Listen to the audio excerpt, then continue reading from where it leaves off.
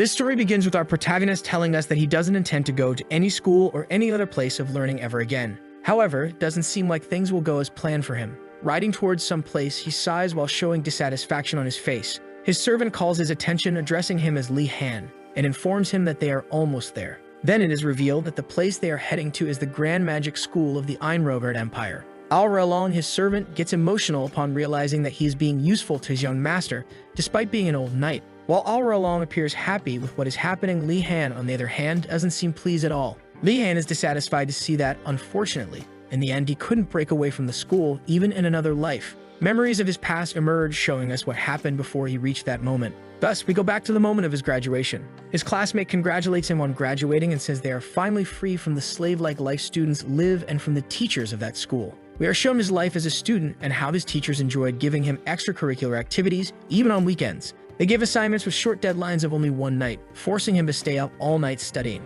His diet was terrible, having to eat the same food for an entire week. His classmate says it is normal for students' routines to be like that, but that Li Han, more than anyone, is amazing for having endured all of that. Li Han then responds saying he just did his best given his position. As a joke, his classmate asks if he wouldn't like to repeat school since he doesn't seem to mind. Li Han says he doesn't care about appearances and that everything he did was nothing special, and now he doesn't want to go to any other educational institution ever again. He says he wants to live only for himself, and that way he will never have to be in a place like school again. The point of view shifts to what seems to be a truck driver. This driver appears desperate because the brakes aren't working. He yells for anyone in front to get out of his way. However, the protagonist, who is in the middle of the street, didn't see the truck coming and only notices when it's right in front of him. In the end, all his effort and dedication to education didn't serve any purpose. However, his convictions could not be shaken, not even after his death. Thus, Li Han wakes up in a strange place with a child's body. He not only reincarnated, but also retained all his memories from his past life. Now called Li Han Wardamas,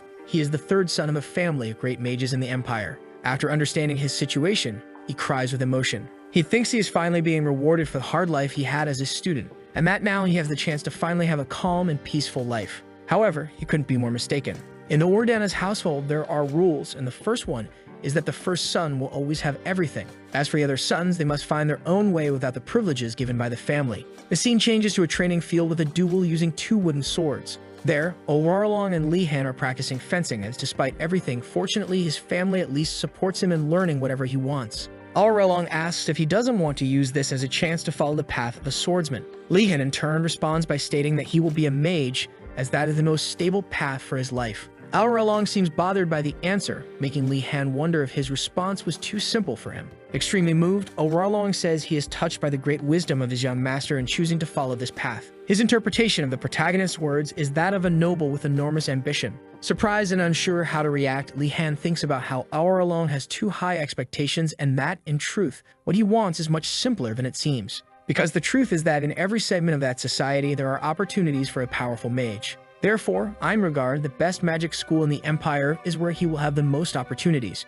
Back in the present, the protagonist looks at the school and tells himself that he just needs to endure it for a few years. A memory of a man appears in his mind, saying that he will do well in the school, as his talent was even praised by the patriarch himself. Talking with Along, Li Han says that despite having prevented him from learning magic as a child because he thought it was dangerous, he is still grateful to Along. Then they bid farewell, as from that point onward, no servant or mount could continue the journey. The protagonist looks to the side and notices a carriage going ahead, even though it is not allowed. Looking forward, he notices that besides the students, there are knights and servants accompanying their nobles. There are more people than there should be, even though only noble students from the academy are allowed to be there. Once again, Li Han states that in Enrollment he must go alone without the help of servants or attendants. Beside him, Li Han notices someone very upset with the situation and even asks if everything is okay. The boy, who was quite nervous as he cannot sleep without his servant by his side. Surprised by the noble's words, he just stays silent. But the noble begins to explain that his servants are almost like his most important limbs, and without them,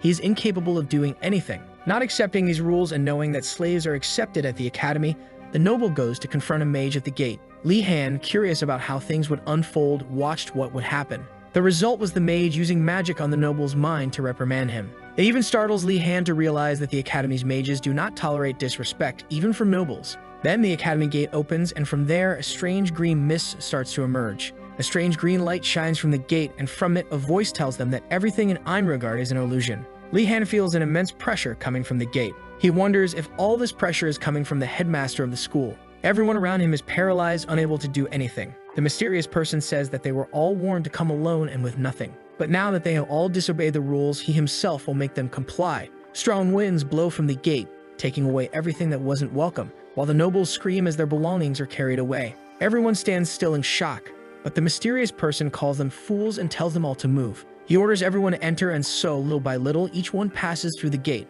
A green skull in the sky is responsible for everything happening. Then he shouts for all the students to hurry inside. And so begins the first day at Einregard, the best magic academy in the empire. As they walk through the academy, the nobles complain about the headmaster calling them thick-headed. Walking silently, Li Han hears someone calling him from behind. So he looks back to see who it is. The one calling him was a noble girl named Yoner Maken. And the reason she called in was because the prince wanted to speak with him. Without showing much reaction, the protagonist looks in the direction Yoner pointed. There he sees a cheerful boy with golden hair, with a very friendly appearance. The prince looks at the protagonist happily. Meanwhile, Li Han wonders if this boy should really be calling himself a prince, even though the emperor has many children across the empire, especially since the emperor had stated he would not support any other child besides his firstborn. And in a place full of nobles from different families, the situation of someone from the imperial family would be even worse. Yoner then asks Li Han if he would like to accompany them. Li Han notices some nobles laughing at the unknown prince, but he doesn't mind and decides to go along with the prince and Yoner.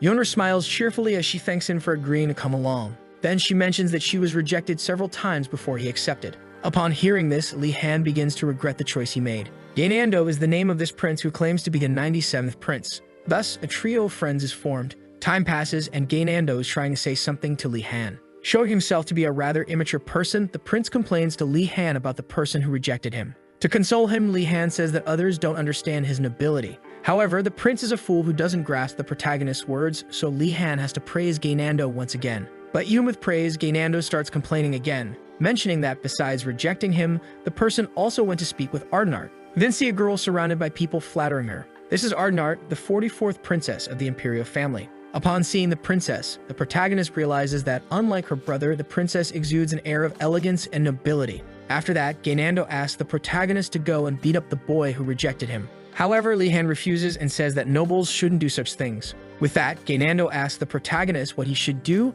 and the protagonist simply responds that he should forgive others. But if he doesn't want to do that, he can always challenge the person to a duel. Thus, Gainando agrees to forgive everyone who rejected him. Yoner, who was observing everything, praises Li Han for managing to calm the prince down, because even though she is his relative, it's not easy to handle his stubbornness. Li Han, curious, asks why she takes care of him, even though he causes so much trouble. But before she can say anything, a strange green flame starts emerging from the ground. Once again, the skull appears before them, calling them thick-headed. A noble points at him and calls him a lich. Liches are great mages who have surpassed death and become undead. This surprises Li Han, knowing that a lich is the headmaster of an imperial magic academy. Then the headmaster asks everyone if they know why he calls them thick-headed. Ardenart immediately responds, saying it's because the novices in the academy have iron as their symbol. The headmaster seems pleased with the answer and says he'll give 10 points to her dormitory. However, he soon says it's all a lie, and this leaves Ardenart embarrassed for falling for his trick. He then explains that the reason novices have iron as their symbol is because iron among all metals has infinite possibilities for use. The students are impressed by the headmaster's words, but then the headmaster starts laughing at the students while saying he lied once again. Everyone is shocked by the headmaster's pranks. Li Han then notices that no one is able to respond to these taunts. The magical power density in the room was too high, and it might be hindering the students from taking any initiative. Strangely, the protagonist gets used to the magical density, making him wonder if the headmaster lowered the pressure for the students. While the headmaster questions his actions, he notices there is one person managing to move in his presence. It seems that this boy is more special than the others. Continuing with the instructions, he orders everyone to proceed towards a door. The students obey and head toward the door. Passing through the door, they arrive at the dining hall, with tables already filled with food. Thus, the headmaster instructs everyone to rest while they eat. Everyone is impressed by the meals. There is a wide variety of foods ready to be consumed. Gainando is the first to serve himself. When the students are ready to eat, all the food disappears. Once again, the headmaster was tricking the novices. The headmaster bursts into loud laughter, amused by the novices' innocence. At that moment, the protagonist wonders if the headmaster lost much when he became a lich. Clothes and food are thrown at the students by the headmaster. Not understanding anything, the students are startled by all of this. With that, he distributes uniforms and food to everyone. All these reactions are exactly what the headmaster wanted to see. To attain the best of everything, they will have to seek everything using magic. Thus, the academy's main rule is presented. One of the students chooses to ask someone from outside for supplies, but the headmaster explains that no first-year student is allowed to leave the academy. nor ask their seniors to bring anything from outside. With everything explained, the skull mysteriously disappears from the room. Before vanishing completely, he wishes them all luck in becoming great mages. After witnessing all of that, Li-Han realizes that the teachers at this school won't be any different from those he had in his past life. He even associates his laboratory professor with the same madness as this skull. Amazed by the similarity, Li-Han doesn't notice Gainando calling him. Gainando complains about the treatment received from the Lich, but Li-Han continues to ignore him. Those low-quality clothes and food didn't please the Prince of the Empire. As for Li-Han, who wasn't even paying attention to Gainando, he concludes that this place is actually better than he expected. Hearing this, Gainando thinks about how mysterious and strange the Wardenez family is. In his view, one must be very mistreated to be happy with this kind of treatment from the school. Feeling sorry for the protagonist, Gainando even invites him to visit his home someday. Without further conversation, the two head towards the dormitories. In Einrogar, to prevent nobles from clashing with each other, the dormitories are divided according to status into 4 parts. First comes the Blue Dragon Tower for the high-ranking nobles. This is where the protagonists will stay. Next comes the Phoenix Tower for those who have dedicated themselves to the Divine Flame. It is an exclusive place for the religious members of the Empire. After that is the White Tiger Tower. This is where the families of knights who follow the path of both a knight and a mage reside. And finally, there is the all-knowing Black Turtle Tower. This is the dormitory with the most diverse group of people, ranging from slaves to low-ranking nobles. For this reason, it is the dormitory that suffers the most discrimination from others. To noble students, this dormitory holds no value. However, someone seemed strangely interested in them. That was Li-Han, who believed they would make great business partners. He couldn't stop thinking about the great business opportunity that would come from befriending the people from this dormitory. A noble shouts his dissatisfaction with those people. Everyone looks in the direction of the noble. After seeing that he managed to grab everyone's attention, he arrogantly asks if he said anything wrong. The protagonist, who doesn't want to lose his future business partners, steps in to defend them. He tells the noble that there is no status difference between the students there, and that he shouldn't act so arrogantly. Since the protagonist is from the Wardenez family, his words carry weight. With that, the protagonist feels pleased, thinking he gained the respect of everyone. But things don't go as he expected, and some people seem terrified that he is from the Wardenez family. There are several rumors about the Wardenez family, including one that says the patriarch is a dragon. Such reactions even surprise him. Seeing that Yoner is nearby, he takes the opportunity to ask if these rumors match his appearance. But to her, Li-Han seemed quite dignified. Gainando sees the two talking from a distance and complains about being left alone. As the two make their way to the prince, Li-Han takes the opportunity to ask once again why she puts up with this prince. With a quick response, she says it's all because of his mother. The scene shifts to a large palace. These are memories from when Yoner was still a child. She is playing next to a beautiful lady, when suddenly she spills wine on the woman's dress after stumbling. The person whose dress she just stained is none other than the Empress. Seeing the terrified child, the Empress picks her up. Comforting the girl so she wouldn't be scared, she says it was just a small mistake. Extremely moved, the girl looks up at her Empress. However, the entire image is shattered as Yoner tells us that it was all an illusion from the protagonist. It's nothing but a bribe the Empress uses to make Yoner befriend Gainando.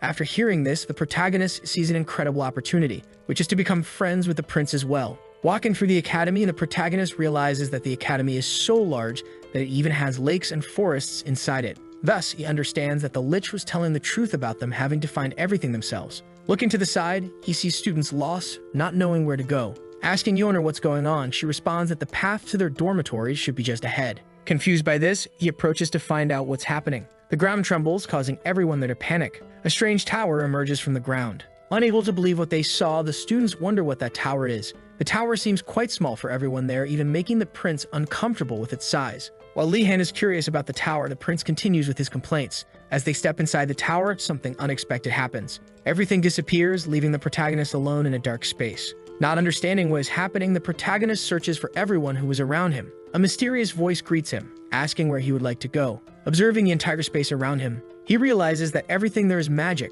After understanding his situation, he asks what his options are. The mysterious voice praises him for understanding things so quickly that it proceeds to explain that he can only choose between his room and the freshman hall for now. Having heard this, he asks if there will be more options in the future. It is explained that more places will be unlocked when he discovers their names, but for now, it is restricted by the headmaster himself. With only 2 choices, he decides to go to his room. Once again, Li-Han is welcomed and transported to his room. In his room, Li-Han reads about Einrogard. Only one subject is mandatory, while the others are optional. Reading the book, he discovers that the headmaster's name is Osu Gondaltis. To Li-Han, this academy is less restrictive than he expected and lighter than his previous life school. Even his room is comfortable. However, the other students did not share the same impression as he did. Satisfied with everything, Lee-han decides to go see which subjects the others will choose. In the freshman hall, Lee-han and Yeoner talk together. Yeoner says she wants to follow the path of alchemy. She explains to Lee-han that her goal is to become a great supplier of products for the palace. She gets excited and suggests that the protagonist join her.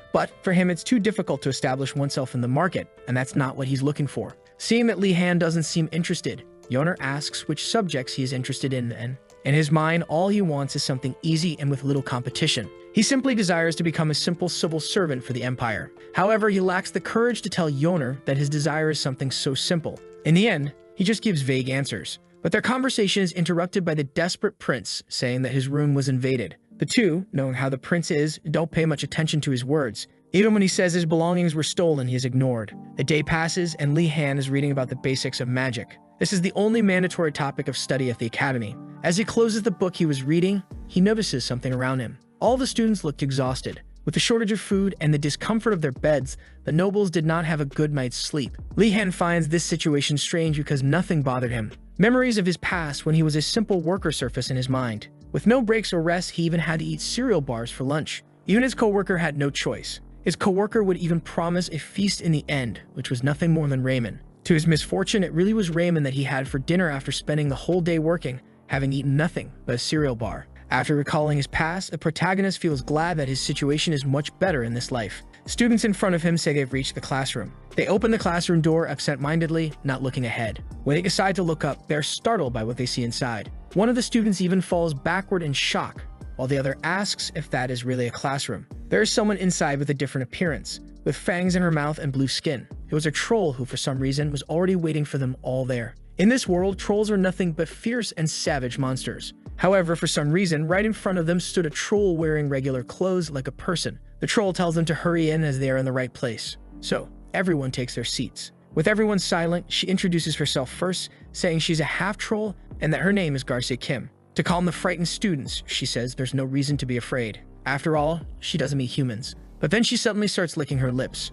Her expression shifts to that of a predator eyeing its prey as she says she won't do anything as long as her stomach is full. Her words scare everyone, even shocking the prince. Garcia Kim soon regrets the joke she made. Moving on to the lesson, Garcia explains that most spells won't be used because they are too dangerous. But despite this, she will teach the principle of magic so that everyone can find their own paths as mages, thus becoming a compass to guide them in their journeys. They are relieved to see that she is not like the headmaster they had met. Her first question to the students is what a mage or magic is. Ardenar answers by saying that being a mage is shaping the world to one's will. Garcia praises her answer but says there is still more to it. She then adds that a mage must be able to sense and manipulate the mana around them. However, that alone does not make a mage. The ability to gather and combine magical power to create outcomes is also necessary. With the need to create spells and regents, a strong will is crucial above all. To make sure everyone understands well, the teacher asks them all to try. She asks the students to try gathering magical power into their wands. The students then begin practicing. Garcia asks everyone to imagine a figure of light while channeling the magic. Yeoner struggles but continues to channel. For her, it's like trying to control the reins of a wild horse. Continuing with the teachings, the teacher asks everyone to repeat the same incantation she will say. A brilliant light appears as she calls upon the light. The light grows stronger, illuminating the entire room with its glow. Finally, the teacher says that it doesn't matter what incantation they use as long as it's short and helps them maintain focus. After combining the three basic principles given by the teacher, the protagonist understands what needs to be done. Moving to practice, he, who only had a small amount of magical power gathered in his wand, begins to shape a bright light, just as the teacher had shown. However, even though things seem to be going well, it still appears to have gone wrong. The other students also seem to struggle with controlling their magical power. Gainando even becomes frightened as his magical power moves against his will. His magical power seems as if it will attack him. But quickly, his teacher casts a spell to protect him. She creates angel wings on her back to shield him. She reassures them, saying that even if they fail and cause accidents with their magical powers, she will be there to protect them all. Thus, she encourages them to keep trying until they have no more magical power left in their bodies. By the second attempt, a third of the students had already given up on the practice. Despite being simple, the magic that everyone is practicing takes a month to learn. However, Garcia doesn't give this information to the students, believing that they should discover it on their own. After 7 attempts, most had already given up, except for Lee-han, who still seems interested in learning. He insists on continuing, even being the last one with any enthusiasm. Waiting for the teacher's response, he looks at her, seeking her approval. Stating this, the teacher wonders how he still has energy, even though it is normal for a novice with good reserves of power to give up by the 5th attempt. Then it is explained to us that the origin of mages can have various names depending on each region or belief. But despite different origins, all those who enter the path of a mage may face issues of insufficient magical power. With such a demonstration of talent, Garcia asks for Li Han's name. After Li Han introduces himself without using his family name, Garcia is pleased with the boy's attitude and asks him to come to her. With Li Han in front of her, Garcia asks him to give her his hand. Li Han simply obeys and gives her his hand. Touching Li Han's hand, Garcia begins to feel his incredible magical power. Something strange happens, and she finds herself surrounded by water. She looks in all directions trying to see something. However, all she sees is an enormous and vast ocean around her. Shouting for the teacher, Li Han manages to bring her back to reality. Showing concern, he asks her if she's okay. Garcia says she's fine and asks to return to the lesson, while she wonders what happened. We see that Gainando still believes his teacher might devour someone and even says so to Yoner, who, knowing his foolishness, simply tells him to shut up. Back to Garcia, she asks Li Han to meet her after classes. Continuing with the lesson, Garcia says that it's normal to run out of magical power, but as they train, they will gain more power and reduce their magical power consumption. However, they shouldn't practice recklessly, especially Gainando. Concluding her lesson, she reinforces to Gainando that she does not eat people, and so the first lesson for the class ends. After classes are over, we see Li Han meeting with his teacher alone. Garcia then begins explaining why she called him to meet her after class. The truth is that she had already heard of Li Han from the headmaster himself. Li Han is startled to learn that he caught the attention of the Lich, whom he thought was nothing but a lunatic. But Garcia quickly reassures him, telling him not to worry, because despite appearances, the headmaster is a kind person. The truth is that the headmaster carefully observes all the students without them knowing. Together with the teachers, the headmaster discusses every new student entering the academy. And in his observation of the protagonist, the headmaster mentions that Li Han possesses a great foolishness. Garcia even wonders why Li Han would have such great foolishness. Perhaps it's a reference to a saying that someone who seems very foolish may, in fact, be hiding great wisdom. Thus, she concludes that the headmaster meant that Li Han has great potential. With this, her expectations for him rise, making her want to get to know him personally. Li Han calls out to his teacher, who was lost in her thoughts. Returning to reality, Garcia, who couldn't reveal everything she knew, gives another reason for having called him. The reason is the fact that he possesses a lot of mana.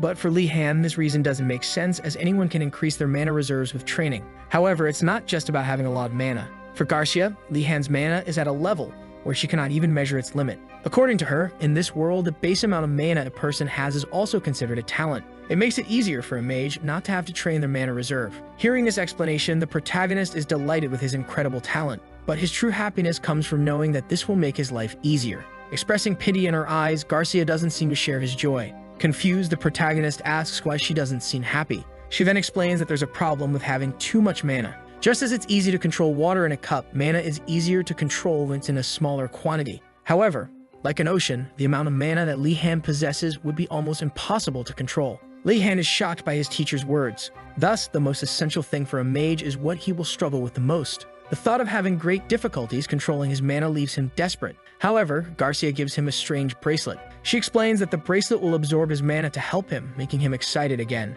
But his happiness is cut short when she says it won't be that simple. She tells him that he must practice using mana constantly to avoid problems, giving him permission to practice alone. Later, with the other two, he continues lamenting the difficulties he will face. He asks the two if they have already decided which subjects they will take. Yoner is certain she will take alchemy and even asks if the others want to join her. Gainando mocks her choice and even says it's a path for mere servants. This ends up irritating Yoner and making her lunge at the prince. Seeing her fury, the protagonist decides to just watch. She calls out to Gainando, who looks back carelessly. With a punch, she sends him flying, telling him not to look for potions to heal himself. Meanwhile, Li Han simply observes Yoner's technique, concluding that it was a well-deserved punch. Later, as they walk, a protagonist asks Yoner if she didn't overdo it with that punch. But seeing Yoner's reaction, the protagonist realizes that it's already normal for her to hit him. Changing the subject, the two observe students from another tower nearby. These students, who belong to the Black Turtle Tower, keep staring at Li Han. In this tower, commoners usually react with fear or displeasure when they encounter a noble. However, these students in front of him display hostility upon seeing Li Han. Deciding then that it would be best not to get involved with these students, everyone arrives at the academy lawn for their next lesson. An unfamiliar voice asks if everyone has arrived. Li Han thinks it will be another teacher from a very different race giving the lesson, but he is disappointed to see that it's just a simple dwarf. His name is Irregulam Jumdar. Irregulam begins by saying he knows everyone is wondering why they are there outside the academy buildings, outside with no tables or chairs to sit on. Ardenart volunteers to answer. She responds that they are there to feel the mana of nature. Once again, Ardenar is embarrassed for answering incorrectly. Yoner asks Li Han if he knows why they are there. Nonchalantly, he says it's just a place to gather materials. Surprisingly, his answer is correct. Professor Urigolam smiles at Li Han's response. Ardenar, on the other hand, looks at the protagonist with an envious gaze. This makes Li Han worry about the possibility of having a rival. Urigolam calls everyone's attention and begins his explanation of what is essential for alchemy. It is common knowledge that in alchemy, one needs talent and good mana control. However, the professor says that reality is not quite like that. What is truly necessary is the ability to acquire materials. Yoner, who is the most excited about the lesson, has her expectations shattered in an instant. Ardenard says it's an exaggeration for something like that to be a fundamental skill for alchemy when one can cultivate or buy the materials. Some students also question whether something like this is really so important for alchemy. Hearing all this, Urigolam becomes enraged. He even goes as far as calling everyone thick-headed for not even knowing the basics. Urigolam then explains to everyone that only 10% of the materials can be cultivated personally. As for purchased materials like medicinal herbs, they are often useless due to the poor collection methods of adventurers. It's even outrageous to him that such sensitive products like medicinal herbs receive such rough treatment during collection. But he soon calms down and concludes by saying that it is essential for an alchemist to know how to collect materials. Tired of explaining, Professor Urigolam makes papers appear in his students' hands. On this paper, there is a drawing of the material that everyone must collect. Thus begin the practical alchemy lessons. Li Han, together with Yoner, discusses the herb they need to collect. However, Li Han is quite bothered by the fact that they have to search for these herbs in that forest, which looks very dangerous. Seeing that it would be risky to stay in pairs, Yoner suggests finding someone else to join them in their search. And since they wanted someone from the same tower as them, the protagonist suggests inviting Princess Ardenar. Yoner doubts that she would want to join them, but Li Han believes that since everyone wants the same thing, they could unite. Unfortunately, it's too late for that. All the nobles have already formed teams without them noticing. Even the students from the Black Turtle Tower, who have been avoiding the protagonist, have joined her. This even makes Li Han a bit envious. But unlike him, Princess Ardenar is known for her intelligence and talent, making her a celebrity outside the academy. The total opposite of Gaynando, who has no fame as a prince. Now there are no nobles left for them to team up with, so their only option is the students from the Black Turtle Tower. Even knowing that they dislike him, the protagonist sees no other choice but to approach one of them. Then someone catches his attention. This person has a strange symbol on her waist, with dark skin and pointed ears. This girl is a dark elf. Her name is Nilia, and she came from the north of the empire. She was part of a group made up of hunters and explorers. Nilia stares intently at the image of the herb. Then she says that it won't be a difficult task for her. She sees this as a great opportunity to stand out among the more talented students, but someone approaches, catching her attention. It's Yoner and Li Han, who introduce themselves to her. Only recognizing Yoner, Nilia asks what they want from her. In a straightforward manner, the two ask if Nilia wants to join them. This leaves her even more confused. After all, in her mind, all nobles are the same. They are snobbish, and no matter how well you treat them, they are never satisfied. However, Li Han argues that it is more dangerous alone if a monster appears. Nilia denies needing help, prompting Li Han to question why. And with that, Li Han deduces that she probably thinks they want to use her as bait. Nilia tries again to say she will go alone, but the protagonist cuts her off. He argues that she doesn't know the dangers of that forest, and even if she finds the herb, she won't be able to transport it alone. He concludes by saying that it would be foolish to do something like that, which leaves her even more embarrassed. He continues to tease her, making her finally give in. Yoner, seeing all that manipulation, wonders what the Wardena's family teaches its children. So they head into the forest in search of the herb they need. Nilia takes the lead, jumping from branch to branch, while the other two watch from behind. Yoner is impressed by her hunting skills, while Li Han comments that her muscles are well developed and her hands look like those of someone who frequently uses a bow and arrow. Nilia, hearing all of this, feels uncomfortable. She then looks at the protagonist with a certain strangeness in her eyes. To her, Li Han has an odd aura, as if he can tell what others are thinking. But her thoughts are interrupted when he says that he only knows she's a hunter because she has the Shadow Patrol symbol on her waist. The two realize she was listening to their conversation, and so they ask her to wait for them so they can go together. Nilia pretends to be difficult and denies needing them. Li Han argues that only Yoner could identify the herb since she already has experience with the plant. Becoming increasingly annoyed with Li Han, Nilia asks what his role in the group would be since she is the guide and Yoner is the one who will identify the herb. Knowing that Nilia wouldn't be happy to hear that he just wants to tag along, Li Han gives the excuse that he is there to protect them. Nilia, observing his physique, deduces that Li Han comes from a knight family and then asks why he is in the Blue Tower if he is from a knight family.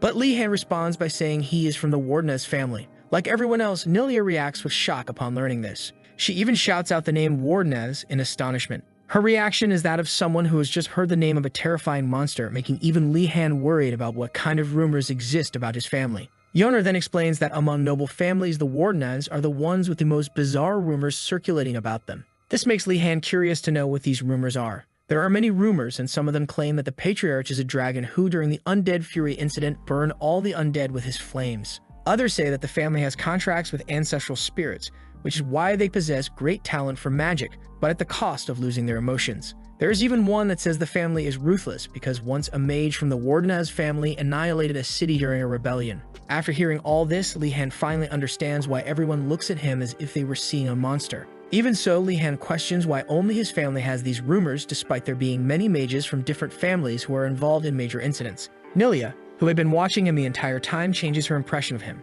She finally sees him as a normal person and not as a heartless monster. Then she tells him to stop crying over these rumors and to get back to searching for the herb. The search continues with Yoner and Li Han on the ground, while Nilia moves through the treetops, swinging from vine to vine like Tarzan. Nilia spots something that catches her attention. She then approaches the other two to inform them.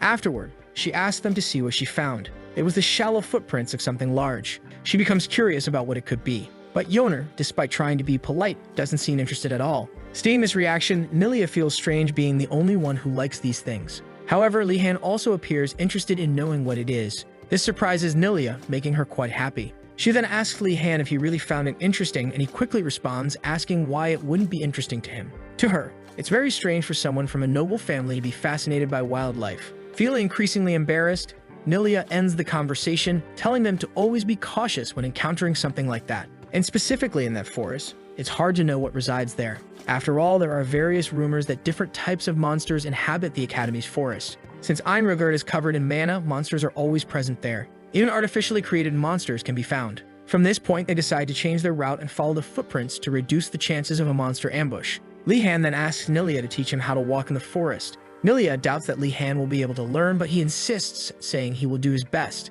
Seeing his persistence, Nilia turns around to speak. With a smile on her face, she challenges him to see how far he can go. So they set off again in search of the herb. The three walk through the forest until they finally find the herb. However, to their misfortune, there are only 2 herbs in that location. Yoner suggests going elsewhere to look for more, but the other 2 remain silent, staring behind her. When Yoner decides to look as well, she's immediately startled. A creature is approaching them. It's a giant boar coming their way. The boar stares at them fiercely. Li Han warns them that this is no ordinary boar. The boar assumes an attack stance toward them. Without weapons, Li Han draws his magic wand to use as a weapon. In this world, the wand can have its size modified whenever the user wants, and so Li Han transforms it into a spear. Nilia is impressed and remembers the family he comes from. Wardenaz, the family of great mages who most likely learn magic even before going to school. Feeling confident, Li Han prepares to face the creature. But Nilia tells him that if it doesn't work, he should run because she will distract the creature so the other 2 can escape. Yoner and Li Han are moved by Nilia's selflessness, but she, embarrassed, responds that she is the only one capable of doing it among them. Li Han thanks her and the boar charges furiously in his direction. To Nilia, it looks like Li Han is about to use some magic to defeat the boar. Gripping his spear wand tightly, Li Han prepares himself. Then we flash back to when Li Han was 10 years old, being taught the importance of using various types of weapons to handle different situations. For only in this way can a person go through the process of enlightenment and become capable of infusing mana into their weapon,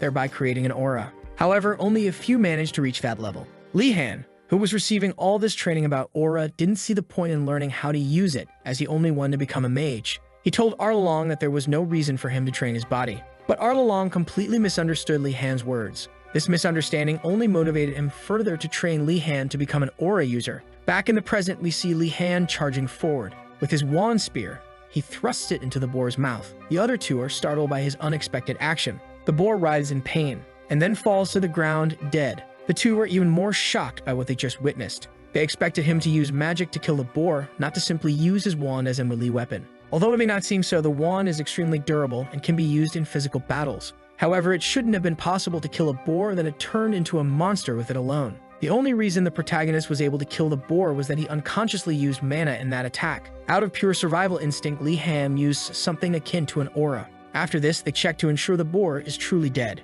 Confirming the creature's death, Nilia takes the wand out of the boar's mouth and hands it back to Li Han. Yoner is still on the ground, recovering from the shock as she wonders if it's normal for a class to be this dangerous. Then the 3 hear screams coming from a distance. They immediately assume that other students are facing the same situation they just did. The 3 headed toward the source of the screams. Upon arriving, Nilia is the first to assess the situation. Below the cliff where they are standing, there are students facing the same challenge they did. Since there are several students together, the protagonist suggests they simply observe the situation. Down below, one student decides to confront the creature. This student is Ashen Dalkard. Yoner is the first to recognize his identity. Dalkard is a very famous aristocratic family, almost like the prime ministers of the empire. Because of this, Li-Han believes he might be able to handle a boar. Standing in front of the princess as her knight, he appears confident to face the boar. He then shouts at the boar, declaring he will be able to predict all its movements. The boar charges at Ashan as he dodges to the side. Seeing an opportunity, Ashen strikes the boar. The blow is ineffective, causing only a slight wound and making the boar even angrier. The boar then delivers a powerful kick, sending Ashen flying. It then turns its gaze toward the other students, but someone steps forward to protect them. It's the princess, who takes the lead to defend everyone. Nilia is impressed by the princess's courage, while Yoner asks if Li-Han will do anything. Li-Han remains silent, just observing. The boar slowly advances toward the princess. Ardenart begins to think about what to do. With her wand in hand, she prepares to face the boar. However, before she can act, the boar is attacked from behind. Confused, she looks at the scene, not understanding. The boar then collapses, unconscious. Behind it is Li-Han, grateful that he wasn't noticed before his attack. With Nilia by his side, she explains that this is the main reason for approaching an enemy against the wind. Ardenart watches him and recognizes him once again. She formally thanks him, and Li-Han responds in the same manner. Nilia observes their conversation and asks Yoner why they are being so formal with each other, even though they are students of the same year. Ardenart promises to repay him for his help, and Li-Han immediately asks for a favor. Asking him to state his request, Ardenart feels nervous about what he might ask. Li-Han then requests that she tell him which classes would give him the easiest path to good results at the school. Hearing this, Ardenart feels a great disappointment in Li-Han. She can't believe that a Wardenaz would seek the easy way out, and she assumes that Li-Han is just trying to provoke her. But Li-Han, with an innocent smile, continues to ask if she knows the easiest method. However, someone shouts from the forest, claiming to have the answers to his questions. This makes Li-Han extremely nervous, as if he already knows what is coming next. It feels as if he has been in a similar situation in his past life. An uncomfortable, but very familiar feeling takes hold of him. Behind him, someone calls out his surname. It's his professor, who responds to Li-Han's question, saying that the alchemy class is where he will find the ease he's looking for. Seeing an incredible resemblance between the alchemy professor and his past life teachers, Li-Han is shocked. However, he quickly calms down, saying that he already knows how to handle such situations. With a fake smile on his face, he replies, saying that something like this is only possible with passion and love. Urigolim says he was expecting this answer. Therefore, he will help him find his passion and love. The other students and even Ardenart are impressed that Li-Han has managed to catch the attention of yet another teacher, while Urigolim stands there observing everyone. After assessing the situation with his students, Urigolim decides to end the lesson for the day. However, he expresses his dissatisfaction that only 2 groups encountered the boar. He explains to the students that his intention wasn't just for them to search for herbs. His real goal was to give everyone experience with the possible situations they might encounter during herb gathering. According to him, an alchemist must be prepared for different types of situations. His explanation ends up angering everyone. Yoner then asks if he really needed the herb that everyone was searching for, since the 3 of them went through so much trouble to find just 2. Gergolem, who didn't think anyone would actually find them, is impressed by the 3. With a smile on his face, he praises them for their talents and tells them they passed his class. Finally, he tells Li-Han that it's best for him to stay in his class. This leaves Li-Han feeling pessimistic, thinking he's in trouble from now on. Seeing that he has no choice, Li-Han lies blatantly, saying that he has always wanted to learn alchemy. Hearing this, Urigolim gets the impression that Li-Han is much more mature than he should be. He then tells him that he will give him a special privilege for killing the boar and finding the herbs. The privilege is that Li-Han and the other 2 will be allowed to use his cabin in the forest whenever they want. Immediately, Li-Han imagines his teacher wanting him to do household chores in his cabin. Urigolim notices that Li-Han misunderstood and says he will explain it better. According to Urigolim, the biggest challenge for new students at the academy is the scarcity of food, and even if Li-Han hasn't been bothered by it yet, he eventually will be. Li-Han starts thinking about how they only have limited food options. This is a significant inconvenience for the nobles of the Blue Tower. Urigolim then says that his cabin has all kinds of ingredients and spices. Upon hearing this, Li-Han immediately deduces what his professor means. In his mind, he believes he's being invited to enjoy a buffet whenever he wants. This greatly motivates him to attend the alchemy class, pleasing Urigolim even more. But unlike the protagonist, the other students are not at all happy with the professor's decision to release a boar to attack them. Meanwhile, Li-Han is no longer surprised by anything that might happen at this school. At this moment, he cares about only one thing. Time passes, and now we see a cabin in the forest, with a beautiful river beside it. We see the 3 of them together carrying the boar to the cabin. Upon arriving at the cabin, Li-Han relaxes, feeling relieved. Now his goal is to butcher the giant boar. Yoner calls out to him, wanting to say something. Despite looking uncomfortable, she asks if she can help him cut the boar. What she wants is to have some of the meat in exchange for her help. Nilia doubts that the nobles will be able to butcher the boar. Li-Han simply calls her by name, and then with a very serious expression, he asks if she doesn't want to eat meat. Immediately, she reacts wearing the same serious expression as the other two. She then closes her eyes to think about what she will do. Finally, she decides to help them in exchange for eating the meat. Afterward, we see Li-Han thinking about the two of them and how they should be capable of helping him butcher the boar. Soon after, Yahello arrives with the necessary equipment. With that, they begin the butchering process. Milia watches as Li-Han cuts the boar. Noticing that he is doing well, she wonders if it's normal for some nobles to know how to do this. Time passes, and they finish cutting and separating the most important cuts of meat. As for the intestines, they decide to use them to make sausages. Li-Han decides to smoke the meat to preserve it for as long as possible. Yahello sees what Li-Han is doing and is once again impressed by the protagonist. Because based on his knowledge, even if kept in a cold environment, the meat will still spoil, so smoking it is the best way to preserve it. Yahello grows increasingly impressed with Li-Han's talents. He is even exceeding his expectations. But his thoughts are interrupted by the sound of his stomach growling with hunger. Hearing his professor's stomach growl, the protagonist asks if he is feeling hungry. Li-Han then begins cooking the meat he had cut. Meanwhile, Yahello brings some ingredients from his cabin. Afterward, they set the table for the meal. Finally, they serve themselves with all the food. Yahello serves himself a sandwich with bread and 2 pieces of meat. Nilia and Yoner combine the meat with bread and jam brought from the cabin. Everyone is very happy with the food, especially with the jam that added a sweet flavor to the meat. Li-Han simply expresses gratitude for getting to experience all of it, and so they finish their meal, feeling extremely satisfied. Even though they ate a lot, there was still plenty of boar meat left. Now Yoner and Li-Han need to think about what to do with the leftover meat. Not knowing what to do, the two remain silent as they think. However, Nilia suggests sharing the meat with the other students. Hearing this, the two immediately know what they need to do. They ignore Nilia's suggestion and talk about selling the meat to the students. Their plan is to sell the meat to the nobles of the Blue Dragon Tower. Nilia is shocked by their greed upon hearing this. She doesn't know it yet, but the two have a strong desire to earn a lot of money for their future plans. Still skeptical, she asks if they really plan to sell everything for money. The two ask if she wants to join them, but she says she will donate her share to her friends. To them, it makes no sense to give away what could be sold for profit. Yahello laughs while watching the three argue. To him, the three are very talented but can also be quite troublesome. Sitting under a tree, Yahello smiles up at the sky. To his delight, his days are going to be much more lively from now on. Time passes, and now we are back at the Blue Dragon Tower. There is a strange smell in the area. The students passing by start to notice the aroma. It's the smell of roasted meat. There are people grilling meat near the noble's tower. It's Yoner and Li-Han, smiling as they ask others if they are hungry.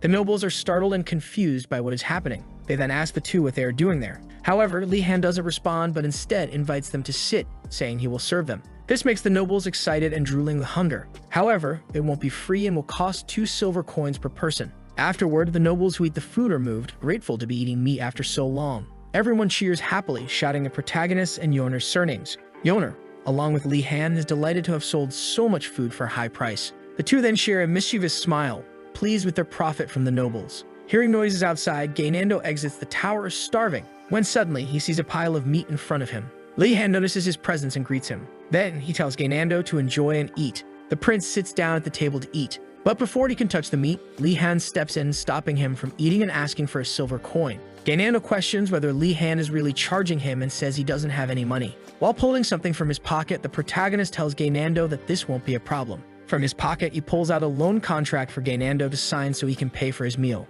This makes Gainando tremble with nervousness, as if he wants to say something to Li-Han. And then he signs the contract while shouting with emotion, believing that Li-Han is too kind to him. He even cries with joy, thinking he has made such a great friend. Behind him, Yoner and Li-Han smile as they watch him eat. With that, the day ends with everyone satisfied. The next day dawns, and now the students must go to their next class. Everyone heads to the classroom. The next class is about basic personality education for magic. But two nobles there question whether such a class is really necessary for nobles like them, even making Li-Han laugh at the level of arrogance these nobles display. Afterward, everyone goes to their desks, and then a familiar voice greets them. The protagonist immediately recognizes that voice. It belongs to none other than the crazy lich from the first day, but now he is their new teacher. The first thing he does is observe the students. He notices that, although it took a month, everyone managed to find food. Hearing this, a noble with blue hair asks if the headmaster really expected everyone to find food on their own. As he begins to complain further, the headmaster silences him with his magic. After that, the headmaster with a mocking smile says he is pleased that they all managed to understand what they needed to do. In his mind, he thinks about how the Blue Dragon Tower is developing much faster this year. Usually, the Black Turtle Tower ranks first and the White Tiger Tower second. The Blue Dragon Tower, which is filled only with nobles, is typically the slowest of all. Noticing that the nobles are doing well makes the headmaster happy. However, he knows that all this is thanks to one person. Everything is going well because Li Han is there. To the headmaster, Li Han is different from the others. He almost can't believe that he comes from such a prestigious family. Since flexibility and creative freedom are important to being a good mage, the headmaster often struggles with new noble students. Then the blue-haired noble asks the headmaster what the purpose of this lesson is. The headmaster praises his question, but before answering, he asks the student what he thinks it could be. But the student responds that he doesn't know. The headmaster then explains that this lesson is important because the emperor made him take responsibility for the mages who graduate and cause problems for the empire. The headmaster's answer leaves the students in disbelief. Angry, the headmaster comments that the senior students cause many problems outside the academy, and because of that, he had to take responsibility for their mistakes. In a furious and threatening tone, the headmaster asks if the students understand the importance of the lesson. Continuing his talk, he says that no mage is different and all can cause problems in the future. And so he instructs all the students to read the same page from the book together. He makes everyone read aloud about not harming others. Still unsatisfied, he tells them to speak louder. Everyone then shouts together about not harming others. Their shouts are even heard outside the school. With that, the headmaster concludes by saying he hopes they have all become kinder after this exercise. Now he asks for 2 students to assist him in the next exercise if all the students avoid eye contact. Seeing the students' behavior, Li Han considers volunteering. The headmaster, however, threatens them, saying that everyone will suffer more if no one volunteers. Li Han then takes the initiative, thinking that this might bring him some benefits. The headmaster reacts with a slight tone of surprise, and with a malicious smile on his face, he seems pleased that the protagonist volunteered. With a fake smile, the protagonist says it is an honor for him to help his teacher. But the headmaster sees through his falseness and says he hates hearing lies. However, he forgives him for being a person of action. Gainando, who is beside him, asks if he's crazy for wanting to help the headmaster, because no one knows what might happen when getting involved with the headmaster. Another student approaches and tells Gainando that the protagonist is actually sacrificing himself for the others. Without a second thought, the prince naively believes his words. Then Gainando considers going along with his dear friend, but he's so scared that he can't even stand up. However, Ashen Dalkert takes the initiative and volunteers to help the headmaster. The headmaster immediately recognizes him and his family. Li Han looks at Ashen and wonders if he had the same idea of gaining benefits from the headmaster. Ashen then adjusts his glasses as if trying to look cool. Turning back, he tells Li Han that he's now going to repay him for the help in the alchemy class. But Li Han says it's not necessary, to which Ashen replies that for the Dalkerts, every debt must be paid. Suddenly, the headmaster interrupts the conversation, commenting that he needs their help immediately. He then begins to give them their task while using magic to float some papers to the 2. Their task is to copy all the safety rules for the next class. Time passes, and it is now evening. Repeatedly, we hear someone saying they will not forgive him. This person is Ashen, who is extremely furious with the headmaster. His eyes are practically burning with anger over the headmaster, giving him a task that could have easily been done with magic. Beside him is Li Han, who is concerned about how angry Ashen is. To Li Han, the headmaster put them in this situation to encourage them to try using magic as a way to handle the task. However, he can't figure out how they could do that given that they aren't even capable of using the most basic magic. So he stands up from his desk, holding onto a small hope that the headmaster might have left some kind of clue for them. Ashen notices the protagonist going to the headmaster's desk and asks what he is doing. Li Han responds, saying that he's going to check the headmaster's desk for any hint or help. Besides, no one said it was wrong, so it couldn't be considered stealing. At first, Ashen is left speechless by his response. Then he concludes that in certain situations, stealing isn't wrong. So the 2 of them start searching through the headmaster's things. Li Han is the first to find something unusual. There is a drawer emanating a strange green glow. He calls Ashen over, saying he felt mana coming from it. The 2 of them stare at the drawer, appearing hesitant. But then Ashen takes the initiative and pulls it open. When the drawer is opened, a skull resembling the headmaster's pops out, startling them both immediately. Li Han identifies it as illusion magic. The illusion then begins to speak to them as if it already knew what they were trying to do. But before giving any answers, the illusion mocks them, saying it would be pathetic if they couldn't figure out what they needed to do. After the mockery, the illusion gives them the first basic control magic circle. Then it disappears. Ashen's body trembles as he realizes the headmaster's intentions. More furious than ever, he shouts in frustration about the headmaster's teaching methods. He even considers, along with Li Han, going to the headmaster to complain. But to his surprise, Li Han seems interested in figuring out what the headmaster wants them to do. Ashen calls him a traitor for doing what the headmaster wants. Li Han argues that complaining to a crazy headmaster won't accomplish anything. This convinces Ashen, who agrees, admitting that their chances of success are very low. With that, the two begin practicing the magic. To use this magic, they need willpower and must follow the incantation and required movements precisely. Only then can they successfully perform the magic. After a lot of practice, Ashen exhausts his mana. Li-Han reflects on how difficult it can be to execute the movements for the incantation. In his view, aligning his movements with the mana feels almost like trying to balance on a unicycle while juggling. But then he calms himself and refocuses on the magic. To motivate himself, he thinks about the difficult situations he faced in his past life. His mind settles and he begins to execute the movements for the magic. Finally, he shouts, "Move." The magic flows into the quill.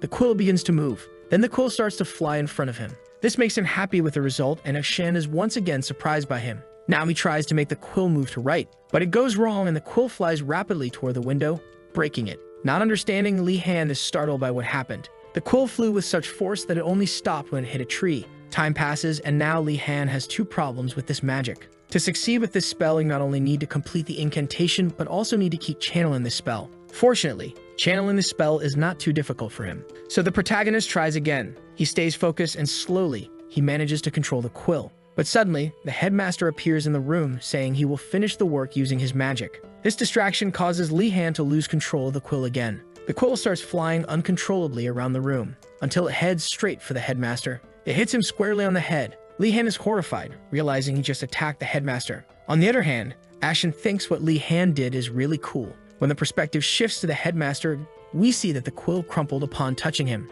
The headmaster, seeing all of this, praises Li-Han for once again exceeding his expectations. In the end, the headmaster didn't even mind what happened. Seeing that the headmaster is in a good mood, Li-Han takes the opportunity to ask him for some tips on object control. Hearing this, the headmaster realizes that the protagonist, despite completing the spell, is still struggling with object control. Then he asserts that it is normal for all students to have this difficulty, and upon hearing this, the protagonist feels relieved, thinking it isn't a problem caused by his mana. But then, the headmaster immediately says it was all a lie and that executing the spell is the hard part. He further adds that object control is only difficult for special people, and if Li-Han wants to fix it, he will have to figure it out on his own. Extremely irritated by the response, Li-Han thanks him with a forced smile. However, this attitude annoys the headmaster, making him feel awkward about his mockery of the protagonist. He states that if it had been the other boy, he would have had much more fun. He then envelops the two with his magic while telling Li-Han that his knowledge of magic will grow as he uses it. He finishes by telling them both to go eat, teleporting Li-Han to the cafeteria.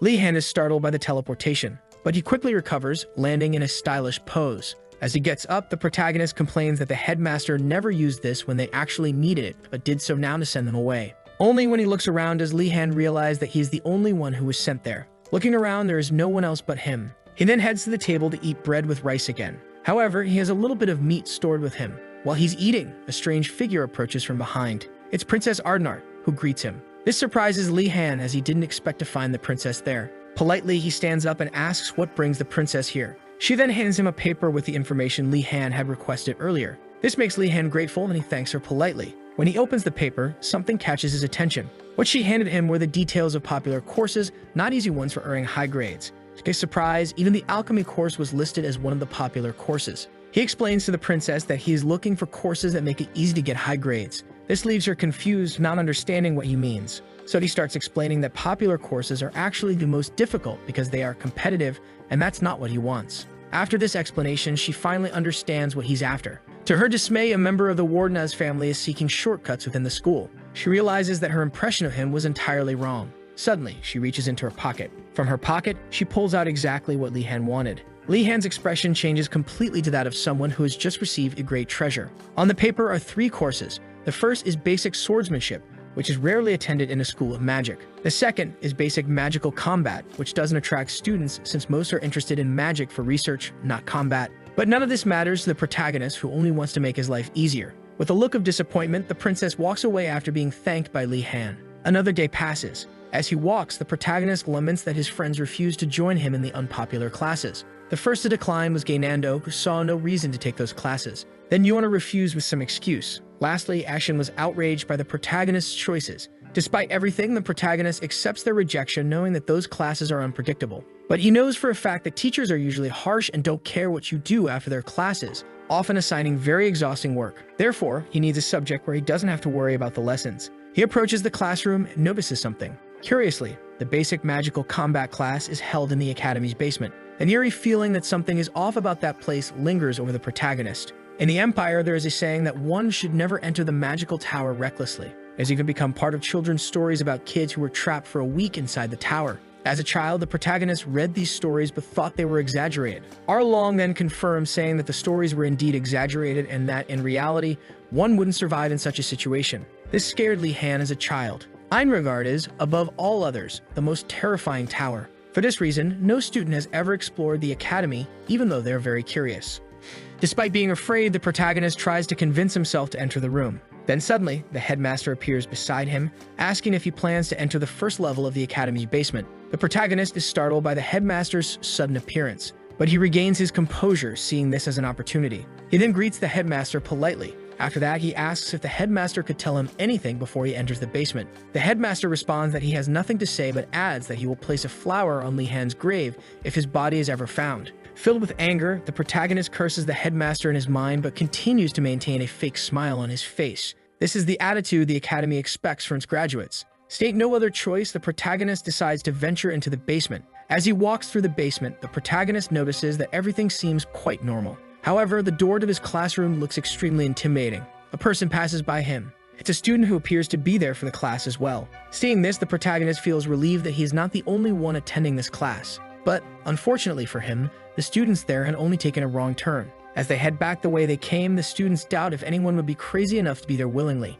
Feeling foolish, the protagonist decides to open the door. When he enters the room, he sees that there are 3 other students besides him, and now stands next to a human and an animalistic girl. However, he hears the elf mention that he thinks he's in the wrong class. As he heads to his desk, the protagonist notices that there is an orb on each desk. Then, from the back of the room, the teacher appears, asking everyone to take their seats. No one had noticed him until he spoke. He appears to be a vampire. His name is Greg Sangrento, and he is their new teacher. Greg Sangrento introduces himself calmly as the teacher in charge of the class. In a composed tone, Professor Greg expresses his eagerness to teach everyone. He then begins the lesson by explaining that the orbs on the desks are a type of mana-sensitive mineral called Star Spirit Stones. These stones emit divine power and are capable of changing when infused with someone's mana. Therefore, the professor asks his students to infuse their mana into the orbs. Li Han tries but doesn't feel confident that he will succeed. Everyone infuses their mana into the orb, making it float. Seeing how easy the exercise is, Li Han questions if the stone is special, something like an artifact rather than a simple stone.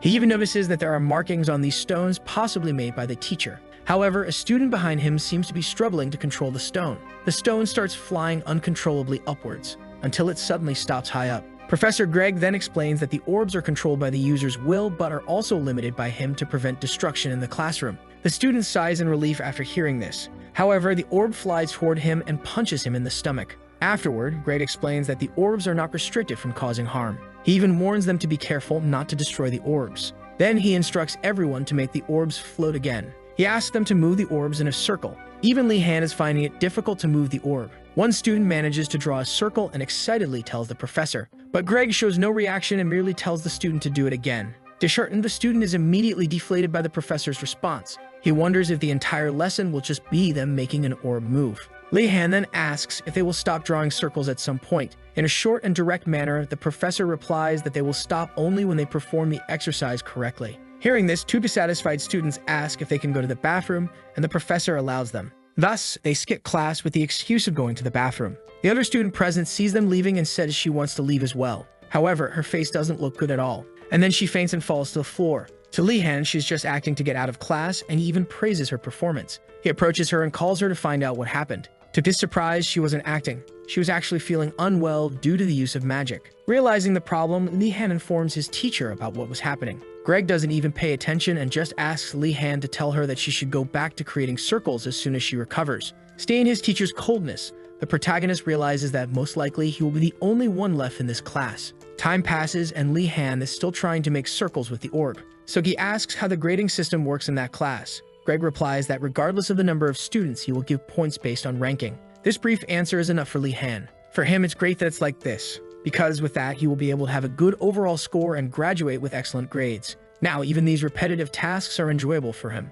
While Greg observes the protagonist's enthusiasm, it is a surprise for him to see a student remaining in his class. Every year, new students appear, but most always quit the classes after the first day, like in the previous year when no one was left to attend his classes. Despite this, Professor Greg doesn't mind, as his contract only states that he should take care of the class. Thus, he would just stay in his room, waiting for time to pass. That is, until Li Han decided to join his class. Now he will have to teach a strange noble who's quite different from the common nobles who pass through his class. A noble who exudes a maturity he had never seen in any other student. To Greg, that boy was special, even though he didn't have much information about him. Seeing Li Han's potential makes Greg hope that the protagonist continues in his class. Now, for the first time, he will be able to continue his lessons without having to stop due to a lack of students. We then switch to the break room. There, the protagonist is talking with his friends. In a very excited manner, the protagonist invites his friends to join him in his new class. But Yoner shows no interest, while Gainando says he needs to know more to want to attend those classes. Li Han explains that their job is just to put mana into a crystal ball and move it to form a circle, not needing to do anything beyond that. Hearing this, Yoner and Gain lose all the interest they might have had. To them, that teacher is nothing but a fraud. But Li Han says that it doesn't matter because everyone will get good grades easily. The two are shocked by the protagonist's words. Yoner sees the protagonist as someone who only thinks about taking the easy way in life. Li Han then says he accepts that they don't want to go, and that now he needs to go to his next class. The two ask Li Han what his next class will be. Li Han replies that it will be basic swordsmanship, which once again shocks the two of the protagonist. After that, Li Han heads to his next class. His class will be in the front yard south of the main building. When he arrives, he sees that there are far more people than he expected. There were students from the White Tiger Tower there. Despite the crowd, the protagonist feels confident since he had already learned swordsmanship when he was younger. Meanwhile, the other students start commenting about having a noble student from the tower present. These students recognize him from the warden and his family and criticize him for thinking he would be able to be there just because he had done some basic training in his family. Li Han then recalls having heard that the students from the White Tiger Tower are quite arrogant when it comes to swordsmanship, but he decides to ignore them,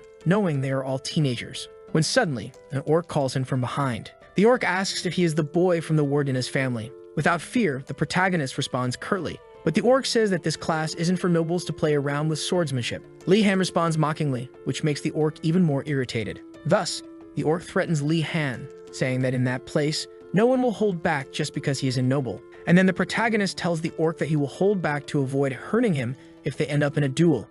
At first, the orc doesn't understand what Li Han just said, but shortly after, he gets even more irritated by the protagonist's boldness. Then someone interrupts them. This person tells everyone that the class is about to start. Li Han looks back to see who it is. A man with a scar on his face and a metal prosthetic leg. He then introduces himself as Professor Engoldo. An elf will be their swordsmanship teacher. Engoldo begins his class by talking about the purpose his students should have in his lessons, while for Li Han, these classes only matter for easily earning points. But then someone taps his shoulder from behind. He looks back and sees an elf calling him. A handsome elf greets him politely. This elf says he's curious about why a noble from a mage family is attending a swordsmanship class for knights. Li Han smiles and decides to respond to the elf. His answer is that the class won't have many people, making it easier to earn points. The elf remains silent, finding such a response disappointing. But for Li Han, this is the best answer to avoid causing any trouble for himself. The elf then introduces himself as Giselle Moradi. Li Han raises his hand to greet him while noticing Giselle's hands and how callous they are.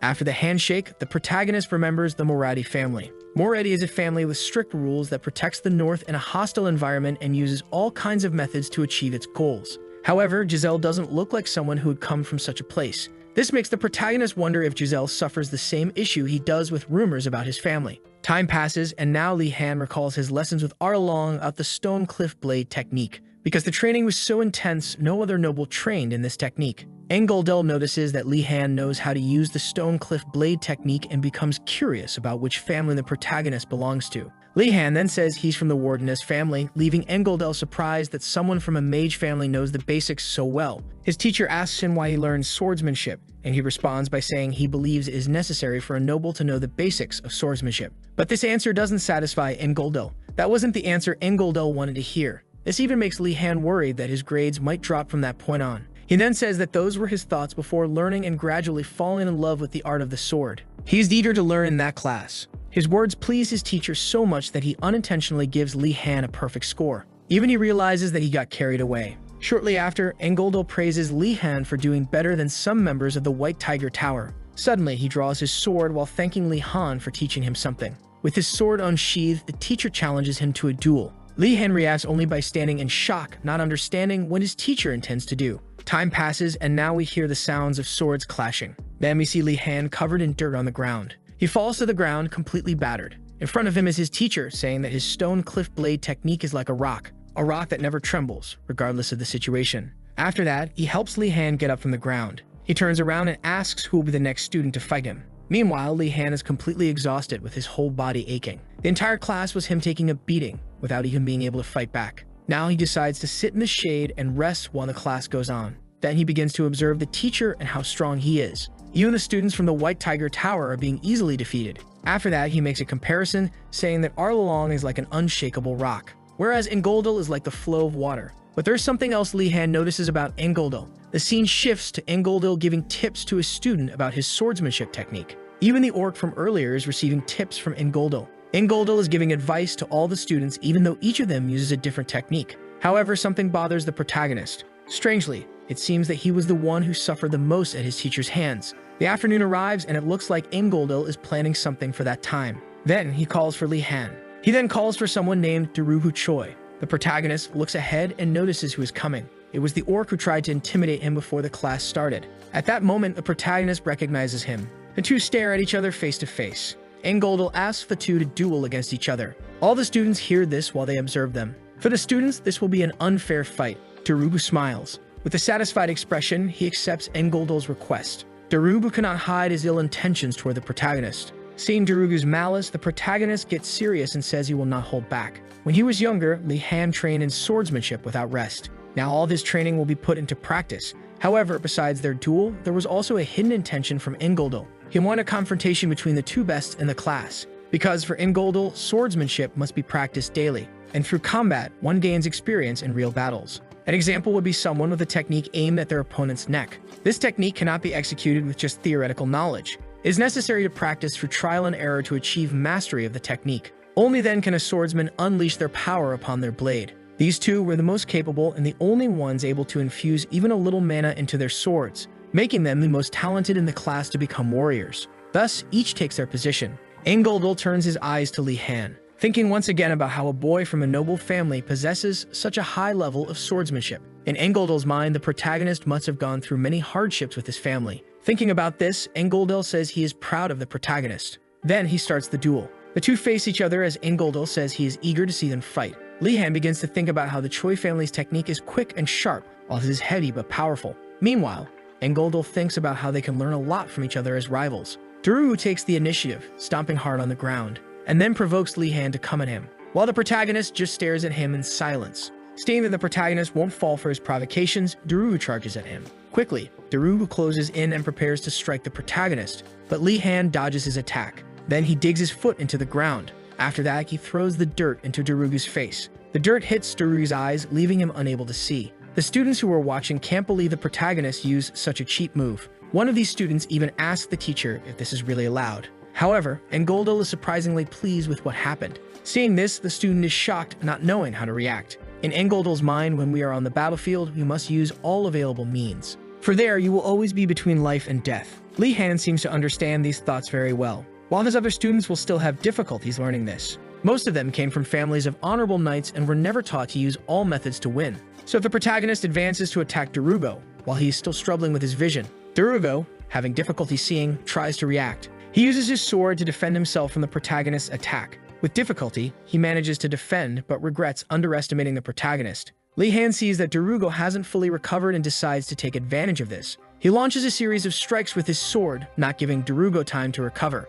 Since he recognizes that Darugo is very skilled based on what he observed during practice with the teacher, the protagonist won't let Darugo have time to act. So he steps on Darugo's foot and continues launching multiple attacks at him. Darugo finds himself in a very bad situation, but suddenly, he puts his hand on the ground, and then throws himself to the ground, rolling away from the protagonist. Li Han is startled by Darugo moving away, while Darugo tries to recover. All this makes Engoldal even more excited about the fight. As he stands up, Darugo thinks about the humiliation he is facing. This irritates him, making him charge furiously at the protagonist. Once again, his sword reaches for Li Han's head. The attack misses, but he prepares to launch another attack immediately afterward. Now Li Han is on the defensive while Darugo attacks. To Engoldal, this battle is better than expected. These two are showing much more talent than he imagined. On one side is Darugo with incredible mastery of his Alpine Moon sword technique, but he is also becoming increasingly tired from using it. On the other side is Li Han, remaining calm while perfectly defending his opponent's blows. We see that Li Han is observing every movement of his opponent.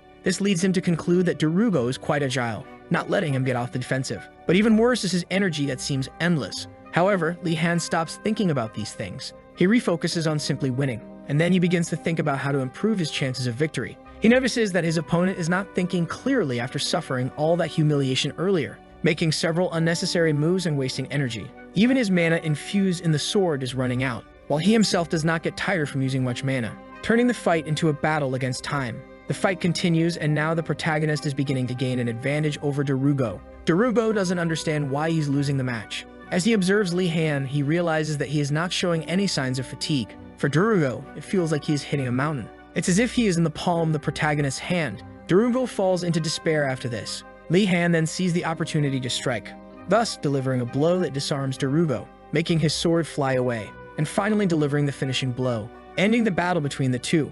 Darugo, exhausted, looks fearfully at Li Han's sword, while Li Han, also tired, stares at him. Angoldel appears beside them and ends the fight, but he asks the two to step away from each other. Angoldel looks at Darugo while expressing his regret, because he had the perfect conditions to win, but he faltered, since he is still young and doesn't know how to handle pressure. Unlike the protagonist, who seems very experienced and still exudes the aura of a great noble. The teacher then begins to lecture about the battle between the two. He says that the winner must be humble, while the loser must recognize their mistakes and use them to grow. Then he asks the two to show respect to each other as they bow to one another. However, Li Han doubts that Darugo will truly be able to do such a thing. To his surprise, Darugo extends his hand. He thanks him for the fight and apologizes for his actions at the beginning of the class. And finally, he says that the protagonist indeed deserves to be in that class. This surprises Li Han, making him realize he was wrong to think that Darugo would attack him off guard. Li Han then shakes his hand, saying he understands why he said those things at the start of the class. Applause is given by the teacher upon seeing the two making peace.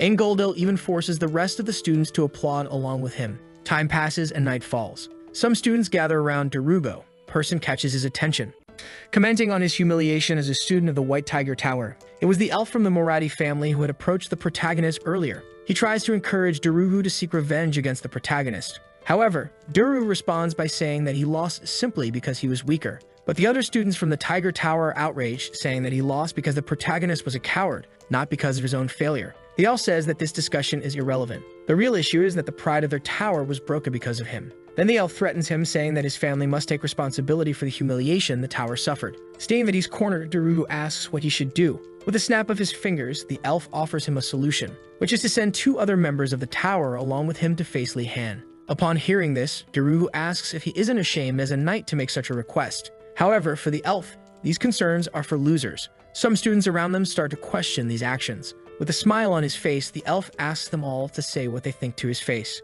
but they don't have the courage to speak to him directly. However, Darugo says he has no interest in revenge as he walks away, making the elf laugh and call him a coward and asking someone else to take his place for revenge. Another student standing there volunteers to go in Darugo's place. From a distance, Darugo simply watches those three students gathering to fight against the protagonist. He thinks that maybe Li Han doesn't stand a chance in a 3 versus 1 against 3 members of knight families. His anger rises, and then he decides to go against this group that dishonors the pride of knights. Thus, he will support the protagonist against these guys. Still on the same day, but later, someone is running at high speed through the forest. That someone is Darugo, running towards the sound of a fight in the forest. Arriving at the scene, he calls out for the protagonist. But before he can say anything, a stone flies at high speed and hits the tree beside him. The stone flew so fast that after hitting the tree, it was smoking. In front of Darugo, there was a student unconscious with a head injury. Looking ahead, he sees that the other two are terrified of the protagonist. With his wand in hand, he calls out to them all, and says that if they want to die, they should just charge at him. Li Han's actions frighten Darugo, leaving him confused about what is happening. We go back in time to when the 3 students were pursuing the protagonist. The 3 surround him while saying they are going to beat him up. Li Han notices their intentions but chooses only to threaten them to back off. He then frowns and begins to threaten them, saying they are messing with a member of a dangerous family. 2 of the students respond that they won't back down with just a threat. However, they are still scared, and this makes Li Han think that they are probably being supported by someone behind them. The protagonist deduces that a leader of a great family is backing them and encouraging them to do this. That's why they are brave enough to attack someone from the warden's family. So the protagonist asks them who is supporting them. The 3rd student yells at Li Han to shut up. Right after, he orders the other 2 to surround him. Not even the protagonist can handle 3 members of the White Tiger Tower. That's when Li Han remembers all along telling him to always run when surrounded by multiple enemies. However, he finds himself completely surrounded with nowhere to run. Suddenly, an idea comes to his mind. He infuses mana into some nearby stones. He has the idea of using the same magic he used on the writing quill in the past, thus making the stones float around him. The students are startled when they see that the protagonist already knows how to use advanced magic. Li-Han is pleased with his success, but decides to use that magic only to scare them off. After that, the protagonist orders everyone to get out of his way if they don't want to suffer. He then moves his wand to make the stone move, but this causes one stone to hit one of the students on the head. The blow knocks the student out instantly. Even Li-Han is surprised by the force of the hit. That wasn't what he had planned, but it leaves the other two students unsure of what to do. Then the protagonist begins to exude a terrifying aura. It wasn't what he wanted, but it was a great situation for him to take advantage of. He gets into character and starts threatening the two. After this threat, the two pick up the unconscious student and flee, vowing revenge. Darugu, who had only been watching, is left in disbelief at what he just saw. Li-Han looks at him and asks if he is also there to fight, but he responds that he isn't. Darugu then explains everything that had happened. He reveals who was behind all of it, but the protagonist doesn't recognize the name of the person. In the White Tiger Tower, there is a different system than the Noble Tower. There, a hierarchy system exists among the members. So Darugu draws the person so that Li-Han knows who manipulated the other students to attack him. Now Li-Han finally realizes that the elf who tried to befriend him is, in fact, a great manipulator trying to make Li-Han suffer. He even says that the elf's appearance doesn't match her actions. Darugu tries to correct him, saying that appearance doesn't define character, but Li-Han doesn't listen. Li-Han concludes that there must be some motive behind the elf's actions. Shortly after, the protagonist sits by a campfire with Darugu, asking why they attacked him over a simple duel between the two. It is explained to the protagonist that one of the reasons they want to defeat him is because he belongs to the Wardeness family. Because if a member of another family defeats a member of a famous family, they will gain great influence at the academy. This makes the protagonist think that he is only seen as a trophy for others. Darugu says that this is the greatest concern. How will the protagonist remain strong and confident? The envy of the other students from the White Tiger Tower will only continue to grow, allowing Giselle to take advantage of them all. And so he finishes by warning Li-Han to be careful. The conversation ends, and now Li-Han heads back to his tower. He remembers Darugu's last warnings advising him not to attend other classes with students from the White Tiger Tower. As he opens the door to the tower, he feels grateful for the warnings, but he won't follow them, because now Li-Han is angry at Giselle for involving him in political issues and wants revenge. We then move to the living room of the tower, where the noble students are hearing someone shouting their name. It was Li-Han, who appears all battered, claiming he was attacked by members of the White Tiger Tower. Pretending to cry, he claims he was attacked for being a member of the Blue Dragon Tower. The nobles listen to all of this, and then they all become enraged with the members of the White Tiger Tower. One of the nobles shouts, saying it would be different if it were Gainando, but since it's a Wargninus, it won't come cheap for them. Gainando even hears and asks why it would be different with him. But the most surprised one is Li-Han, who didn't expect them to be so willing. They talk about gathering everyone and getting weapons, but Li-Han asks them to calm down. But they refuse, saying they are the protagonist and will do everything for him. They are all still grateful for him bringing them meat to eat. Li-Han's conscience starts to weigh on him for deceiving them all. They begin organizing themselves as a squad to attack, saying they will destroy the White Tiger Tower. The protagonist sees that a great war between the two towers is about to start, especially since these are two towers that already hated each other. So they prepare, grabbing anything in their path to use as weapons. Then someone shouts for everyone to calm down. It was a San from the Dalket family. He asks everyone to listen to what he has to say before they go.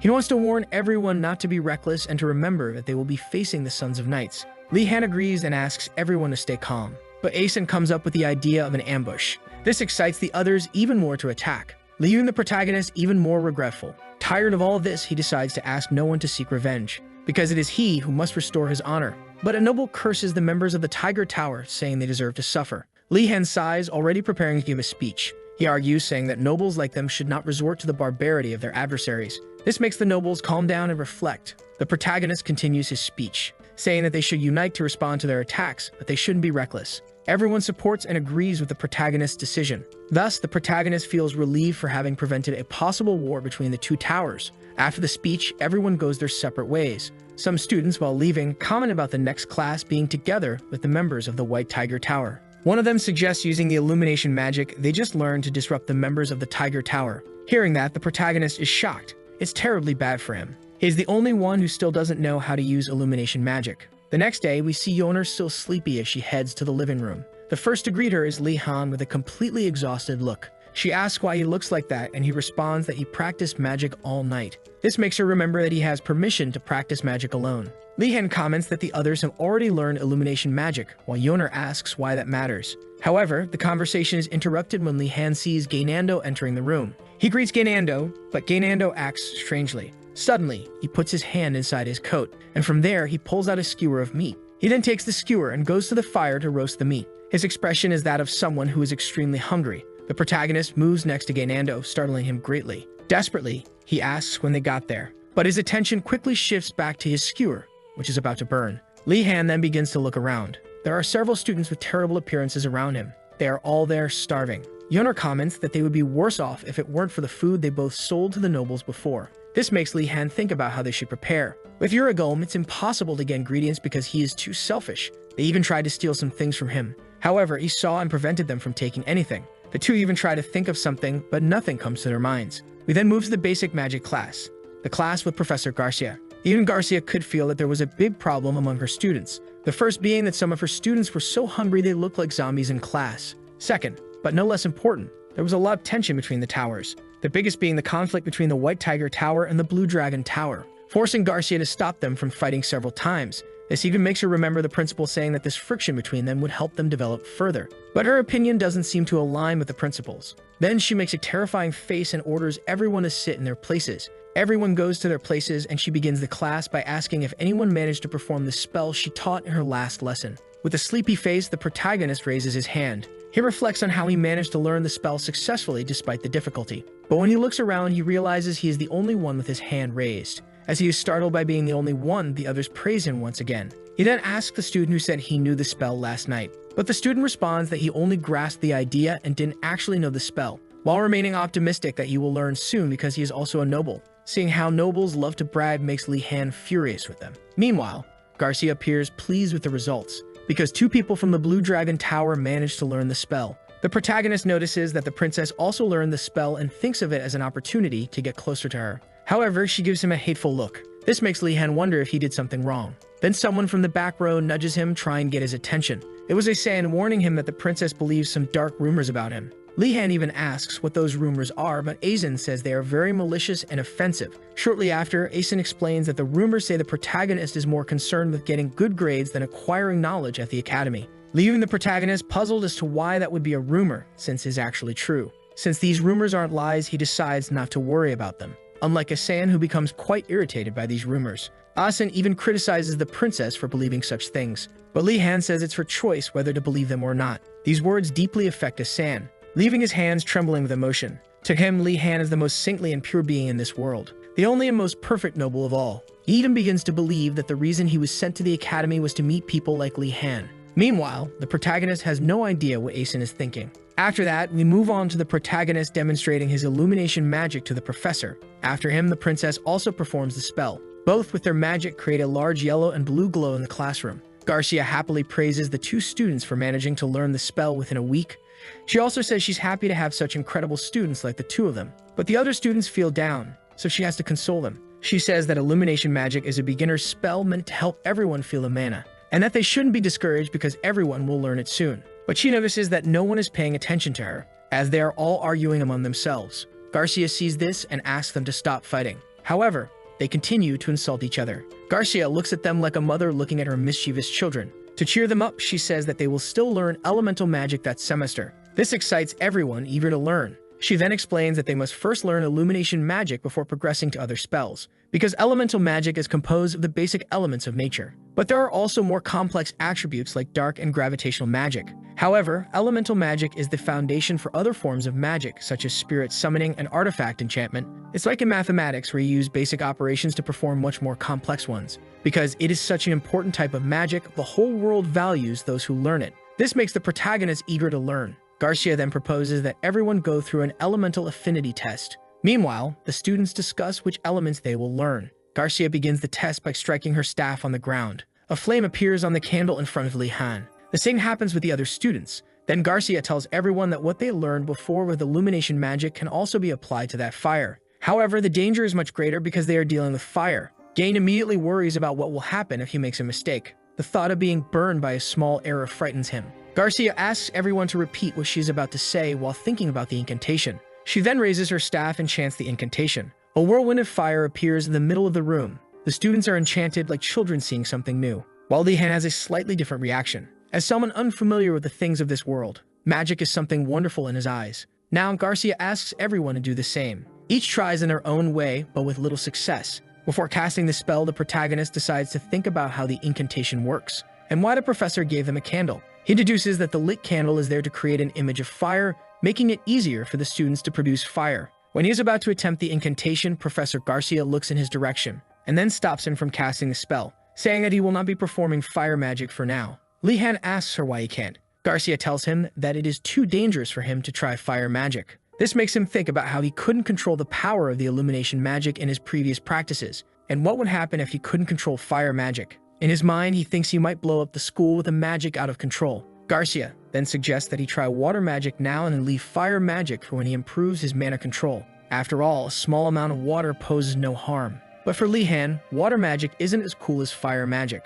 But he then thinks about the basic principles of each element, with fire and lightning magic being the best for attack, earth and metal being the best for defense. The use of water magic is much more ambiguous. One advantage would be being able to create water whenever he wants to drink. He then agrees to take the test with water. Asan, who was next to him, says he's jealous that Li-Han is getting special attention from the professor. But his comment irritates the protagonist because he's talking without even knowing what's really happening. However, the protagonist brushes it off and goes for his water test. His first attempt is to make the water move. He repeats the incantation several times until the water starts moving. It is when he puts his strong desires into the incantation, repeating once more for the water to move, that finally the water begins to move. Asen is impressed when he sees the water that the protagonist managed to control. The water starts moving in the air, forming a water bubble, leaving both Li-Han and Asan impressed by what happened. In just 3 attempts, the protagonist successfully managed to use water magic. Even Garcia is impressed to see that he has an affinity for water magic. It was so impressive for Garcia that she tells everyone in the room about the protagonist's achievement.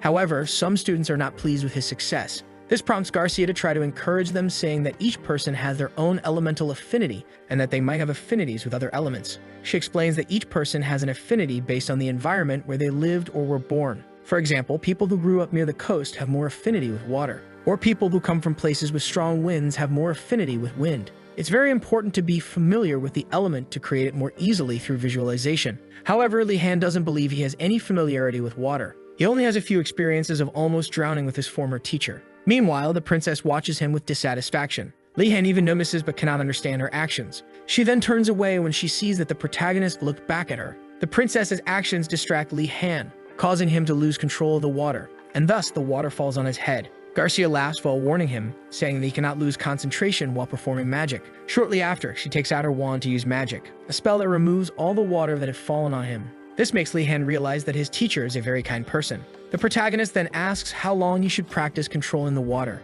Garcia says that normally it would be until he exhausts his mana, but since he has infinite mana, she has to think of another approach. She then decides to ask him to practice until the end of the class. However, this decision doesn't please Li-Han at all. He even tries to speak with the teacher, but she ignores him. This causes him great frustration, and it reminds him of what kind of place he is in. Like all the others, she is also one of the crazy teachers of that academy. With few options left, he returns to his desk to do the task his teacher asked. Meanwhile, the teacher observes him from the other side. She thinks about the great difficulty of maintaining a spell for a long period. Still, it is the best option for Li-Han, because he has much more talent than any other student, and he also has the highest mana capacity in history, which makes him an incredible diamond that needs to be refined. However, while Garcia thinks of what's best for him, the protagonist can only think about how terrible his teachers are. Time passes, and now we are in the academy's forest. Li-Han is asking if anyone can listen to his complaints. He then complains about how much he suffered in the basic magic classes. But Uragulm, who was the one he was talking to, doesn't even listen to him.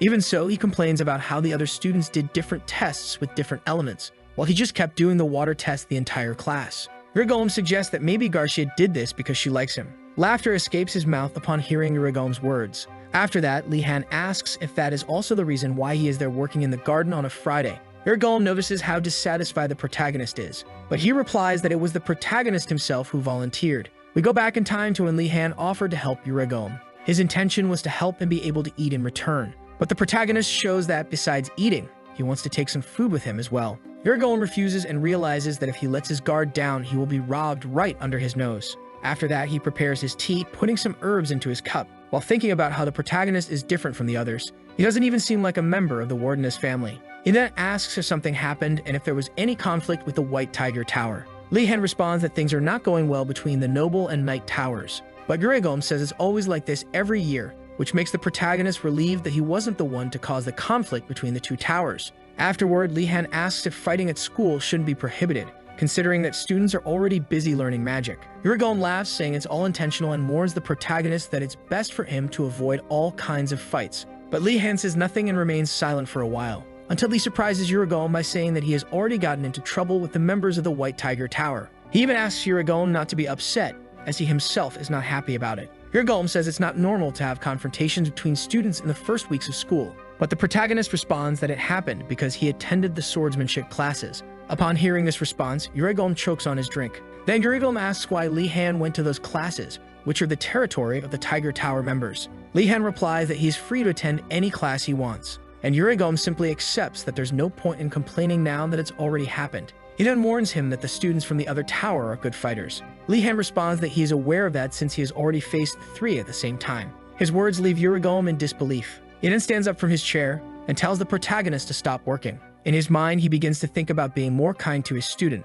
because he believes Li-Han might seek revenge on him in the future when he becomes a great swordsman. After finishing the work, the two go to the table to eat. The protagonist happily eats his bread, while Yurigom feels relieved that his student is happy. When the two are about to wash the dishes, the protagonist starts thinking about Yurigom's situation. He asks him if he is the one taking care of the place alone.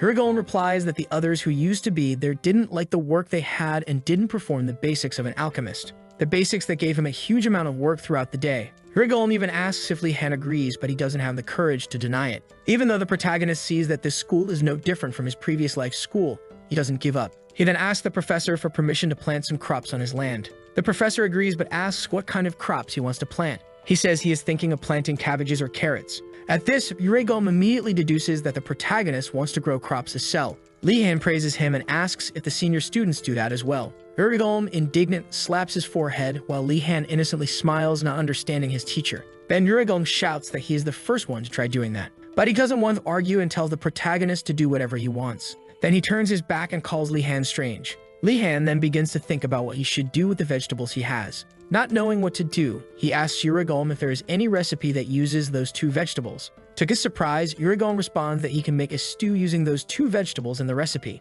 This makes the protagonist imagine a beautiful stew being made with his ingredients. In that empire, there's a great variety of foods depending on the location. For example, in the western region of the empire, Western cuisine is very common with a lot of bread and cheese. There is also the eastern region with cuisines similar to Korean dishes. Li-Han even asks if Yurigom likes stew, but Yurigom frowns and says he prefers to avoid eating it, even though he likes stew, since those foods are typical of the East. He doesn't like the dwarves from there. Li-Han asks if something happened between him and the Eastern dwarves. Then Yurigom replies that the reason he doesn't like them is that his relatives are from there and are always wanting him to visit them. Right after, he starts venting about what his relatives constantly tell him. Seeing this, the protagonist starts thinking that people from the East are much stricter than he imagined. Yurigom decides to change the subject and asks the protagonist what he plans to do over the weekend. This scares Li-Han, making him think his teacher wants to make him work on weekends. For him, it's already normal for a teacher to want a student to work on weekends. It's that Yurigom gives an evil smile and tells the protagonist that he won't have much time there.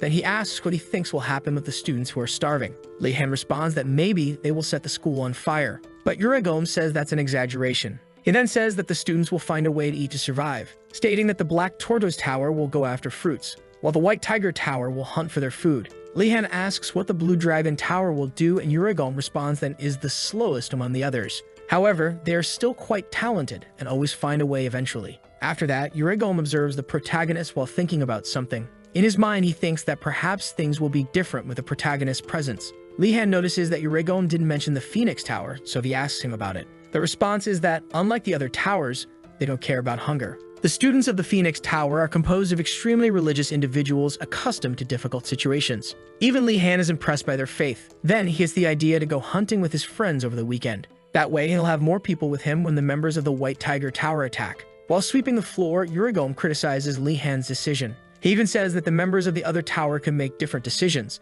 The protagonist asks what kind of decision they might make. With a simple and short response, Yurigom says they might want to flee. The protagonist starts to recall how the academy is almost an impenetrable fortress surrounded by magic. But despite that, there are always students trying to escape every year. This makes him wonder what reasons these students might have for wanting to flee. Many reasons cross his mind, making him realize how advantageous it might be to escape the academy. However, Yurigom sees him lost in thought and tells him to stop thinking nonsense. According to Yurigom, the White Tiger students are always the first to try precisely because they are fools. Li-Han asks if anyone has successfully escaped. Urigalm reluctantly admits that some have succeeded, but with caveats. But he decides not to give many explanations and leaves it for his student to find out on his own. With a big smile on his face, the protagonist tells Urigalm that he doesn't intend to flee. However, Urigalm doesn't believe him as he's making a silly face. The scene shifts to a closed and dark room. There is Darugu with 3 hooded individuals in front of him. One of them asks Darugu to pay attention to what he's about to say. This person threatens him, telling Darugu to cooperate if he doesn't want to suffer. Then, Darugu says there's no need for all that, since he already knew it was Li-Han under the hood. The protagonist then removes his hood, saying that his plan didn't work. Beside him, Yoner and Gain complain to Li-Han about threatening someone who already knew the protagonist. Darugu says he wouldn't be intimidated by someone like them, who look like squirrels. His words leave Gain indignant, but the protagonist asks him to calm down. And then he pulls back the curtain in the room, removing the gloomy atmosphere, turning it into a normal place for them to talk.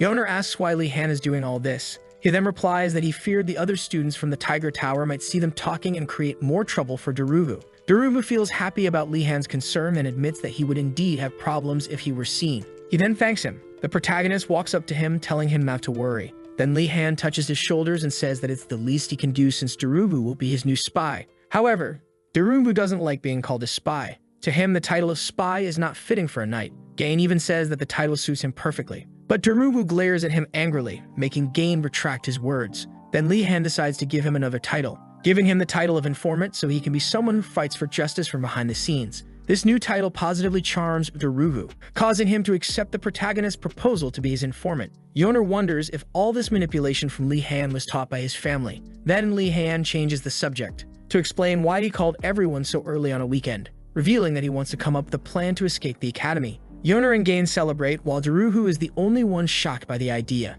He asks the protagonist if he is serious about what he said, making the protagonist think about the reasons he came up with to convince him. But before Li-Han can say anything, he is interrupted by Darugu. Darugu expresses surprise that Li-Han also wants to leave, leaving the protagonist puzzled about who else wants to leave. He then remembers that the members of the Tiger Tower are also from noble families. We go back a little in time, when some students from the Tiger Tower decide to go hunting for food, motivated to show that they are superior to the noble tower. But someone arrives at the scene and asks everyone to calm down. It's the elf Giselle with his trio of followers, trying to convince them that it wouldn't be a good idea to go hunting. He argues that the boar Li-Han killed was only there because the teacher placed it in that location, and that to find another animal like that, they would have to go deep into the forest. His words convince the others and they ask the elf for a suggestion. The elf says he has a better idea for them. His idea is to leave the academy, so they never have to humiliate themselves for food again. The other students love the idea, but they ask how they would do it. Giselle then says he already has a plan, and suggests that they join him so he can reveal the plan.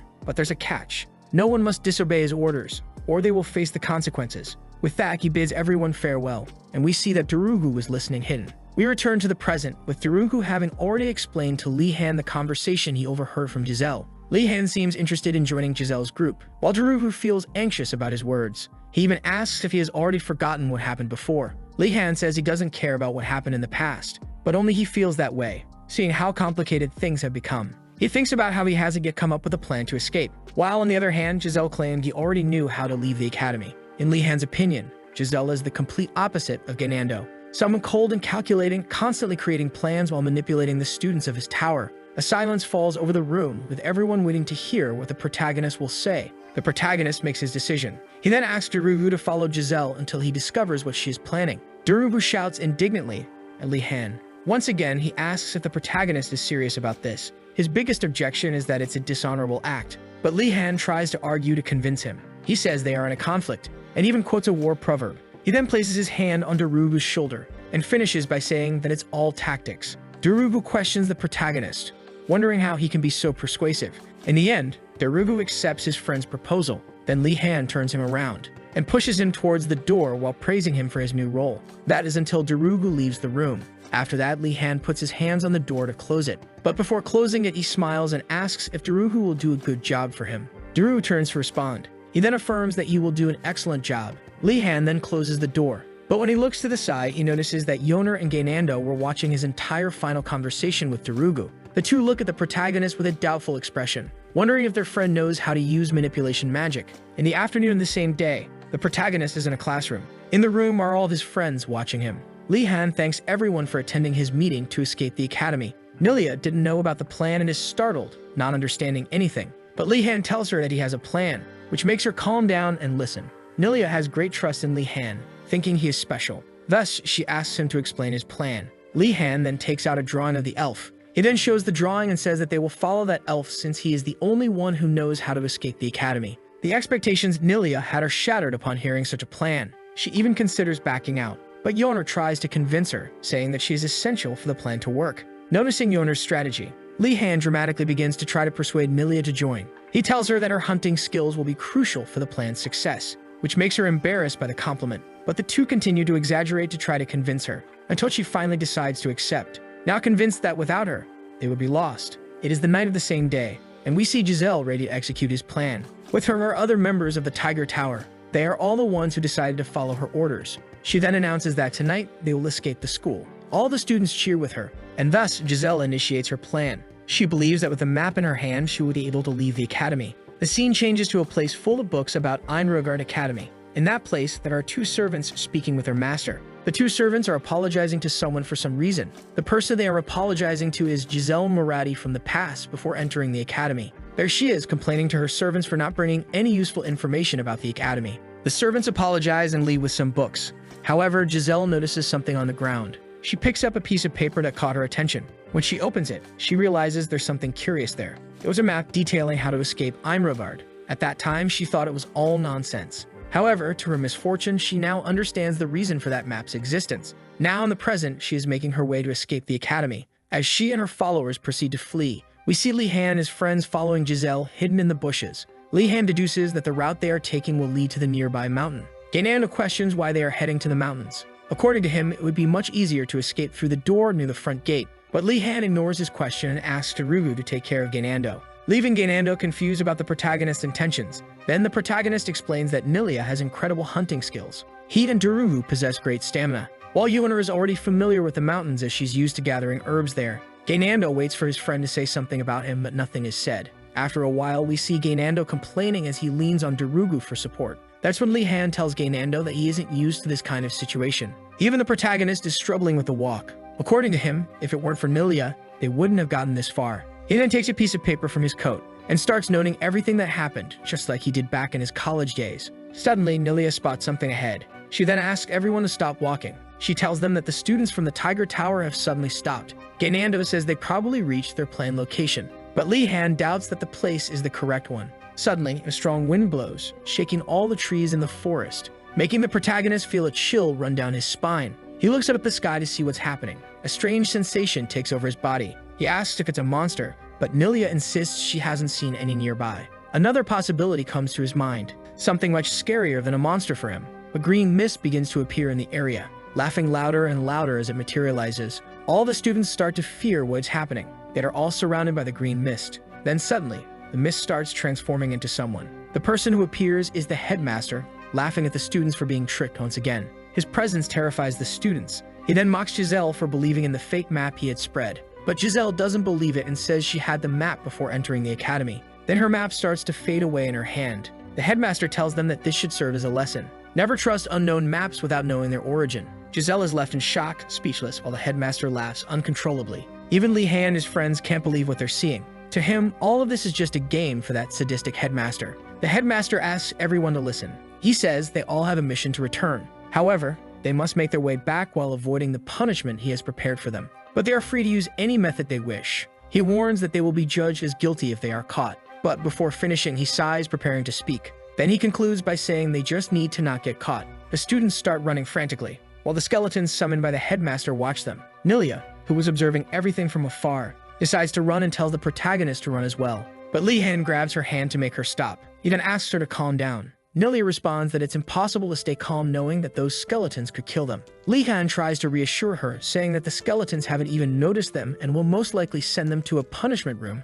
rather than kill them. However, even being sent to a punishment room scares her. In her imagination, the punishment room is some sort of torture chamber. Yoner tries to calm her down while the protagonist observes the situation with the skeletons, not knowing how they will get out of there. Li Han hears voices of students wanting to fight while he's watching the skeletons. When he looks toward the sound, he sees some students preparing to face the skeletons. With a strong determination to honor the Code of Knights, Upon hearing them, the protagonist wonders how they still have such motivation in a situation like this. Suddenly, Darugu approaches from behind and tells him they only have one choice in this situation. The two groups' only option is to join forces to escape. It seems the protagonist agrees with Darugu, but in reality he plans to use the White Tiger members as bait. Except for Darugu, everyone agrees. They begin observing the situation of the other students while looking for an opening to escape unnoticed. However, for some reason, there is no opening or opportunity to pass unnoticed. It is when he looks up that he sees the headmaster is still there. The headmaster is continuously summoning skeletons in the area. This makes the protagonist lose hope that the headmaster just wanted to teach them a lesson.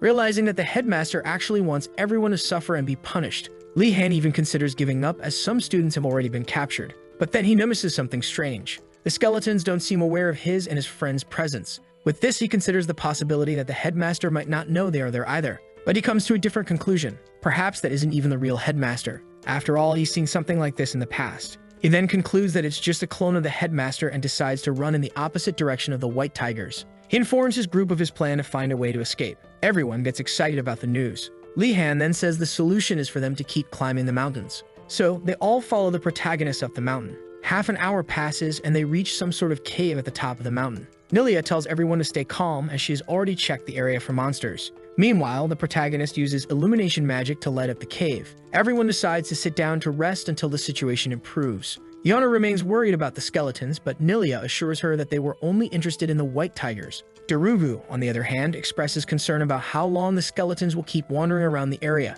Not having joined the White Tiger students still bothers him. But Lee Han argues that there were too many skeletons for him to handle. He then proposes that everyone eat something. Nilia, beside him, complains about not having any water. So he uses magic to conjure water for her. This impresses Nilia with his magic. To her, it's a very convenient magic for hunting, and it would have been great if she also knew how to use it. Meanwhile, Yona complains about the cold and asks if anyone can make a fire. Nilia then uses fire magic, thus lighting a campfire for all of them. Despite this, she admits to feeling envious of Lee Han for knowing water magic. This leaves the protagonist indignant with her, feeling envious of something like water magic. According to him, the magic she possesses is much more amazing than his. After some time, the two go outside to observe the situation in the forest. The protagonist calls the headmaster a lunatic for making all the students go through that, and Nilia agrees but says it's dangerous to insult the headmaster. Lee Han then places his hand on Nilia's shoulder while calling her. He tells her that one shouldn't suppress their emotions because magic comes from free thought. Nilia is startled by how convincing Lee Han can be.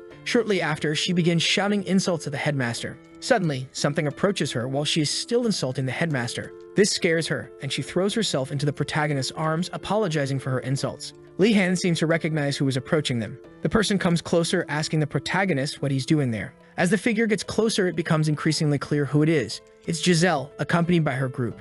Sometime later, Lee Han is at the entrance of the cave where his friends are. He then invites them to enter his hiding spot. The guests are Giselle and her companions from the White Tiger. Meanwhile, Gain is very dissatisfied with the situation.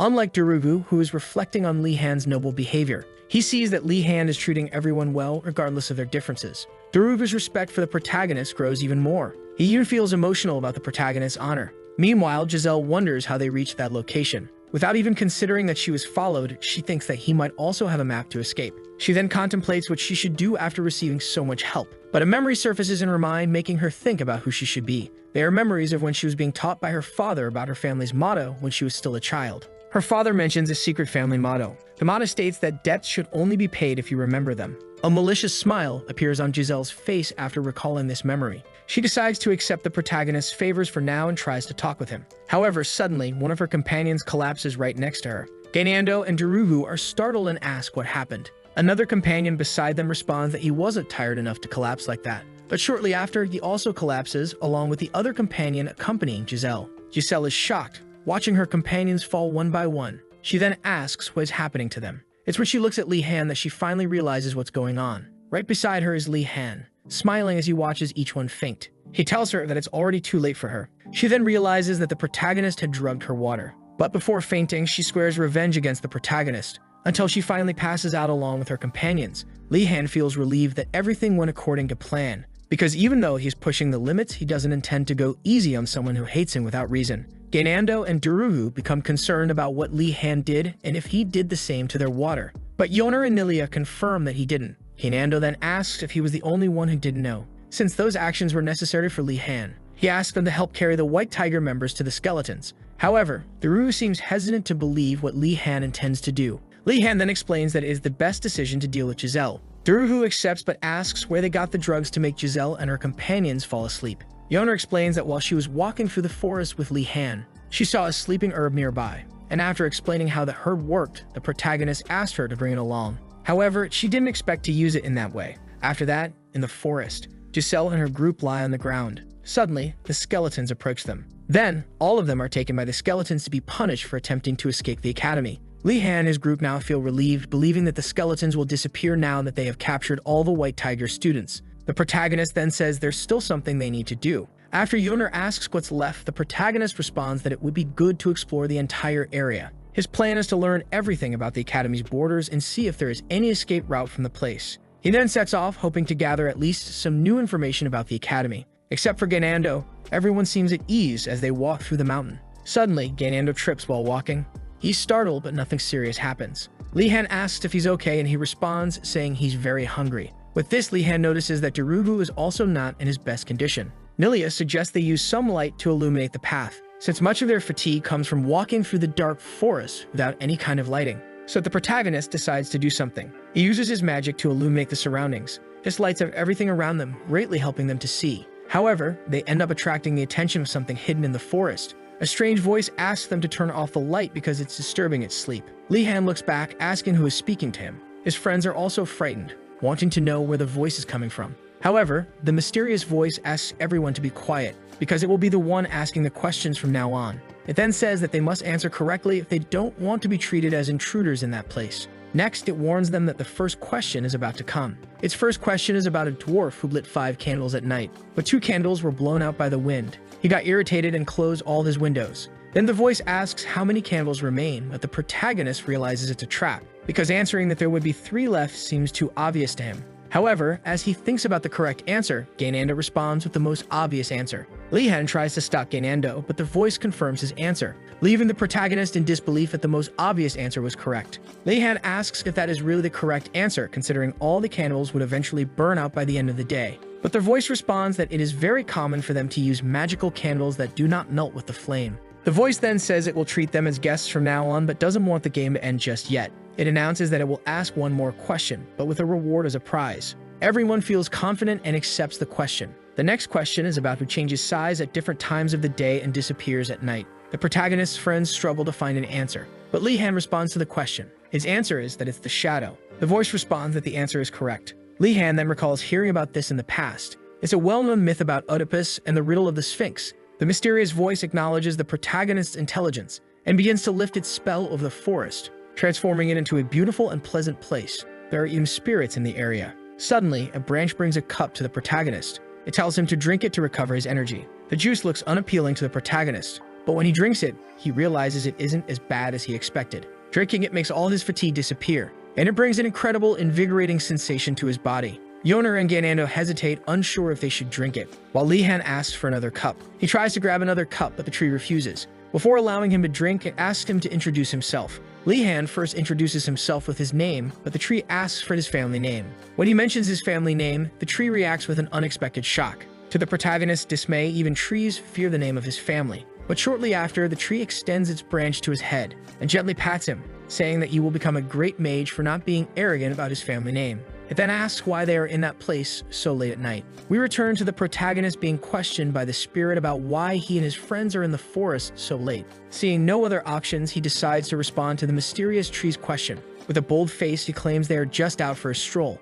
But the spirit is sharp and realizes they are trying to escape the academy. The protagonist explains that he has reasons for wanting to escape the school. He then asks the spirit for some help in getting out. The spirit admits that there is a way to escape the academy, but it's impossible for beginners to achieve. Li Han then asks about the extent of the academy's walls, but the spirit refuses to disclose this information. However, it warns them that the walls are enchanted with magic that will hurt anyone who touches them. At this moment, Li Han realizes there's no way for him to escape the place. Seeing this, the spirit advises the protagonist not to be reckless in trying to leave the academy. It explains that the forest is only calm because the monsters remain dormant, and in a few weeks, they will awaken. Having no other choice, the protagonist accepts this and thanks the spirit for the information. His attitude surprises the spirit observing him. By watching his expressions, it senses that this boy is far from giving up on achieving what he wants. It then decides to give him the promised gift. Near the protagonist, the ground begins to tremble. Suddenly, tree branches emerge right in front of him. Li Han, confused, just watches the scene. Then from those branches, an incredible mage's staff appears.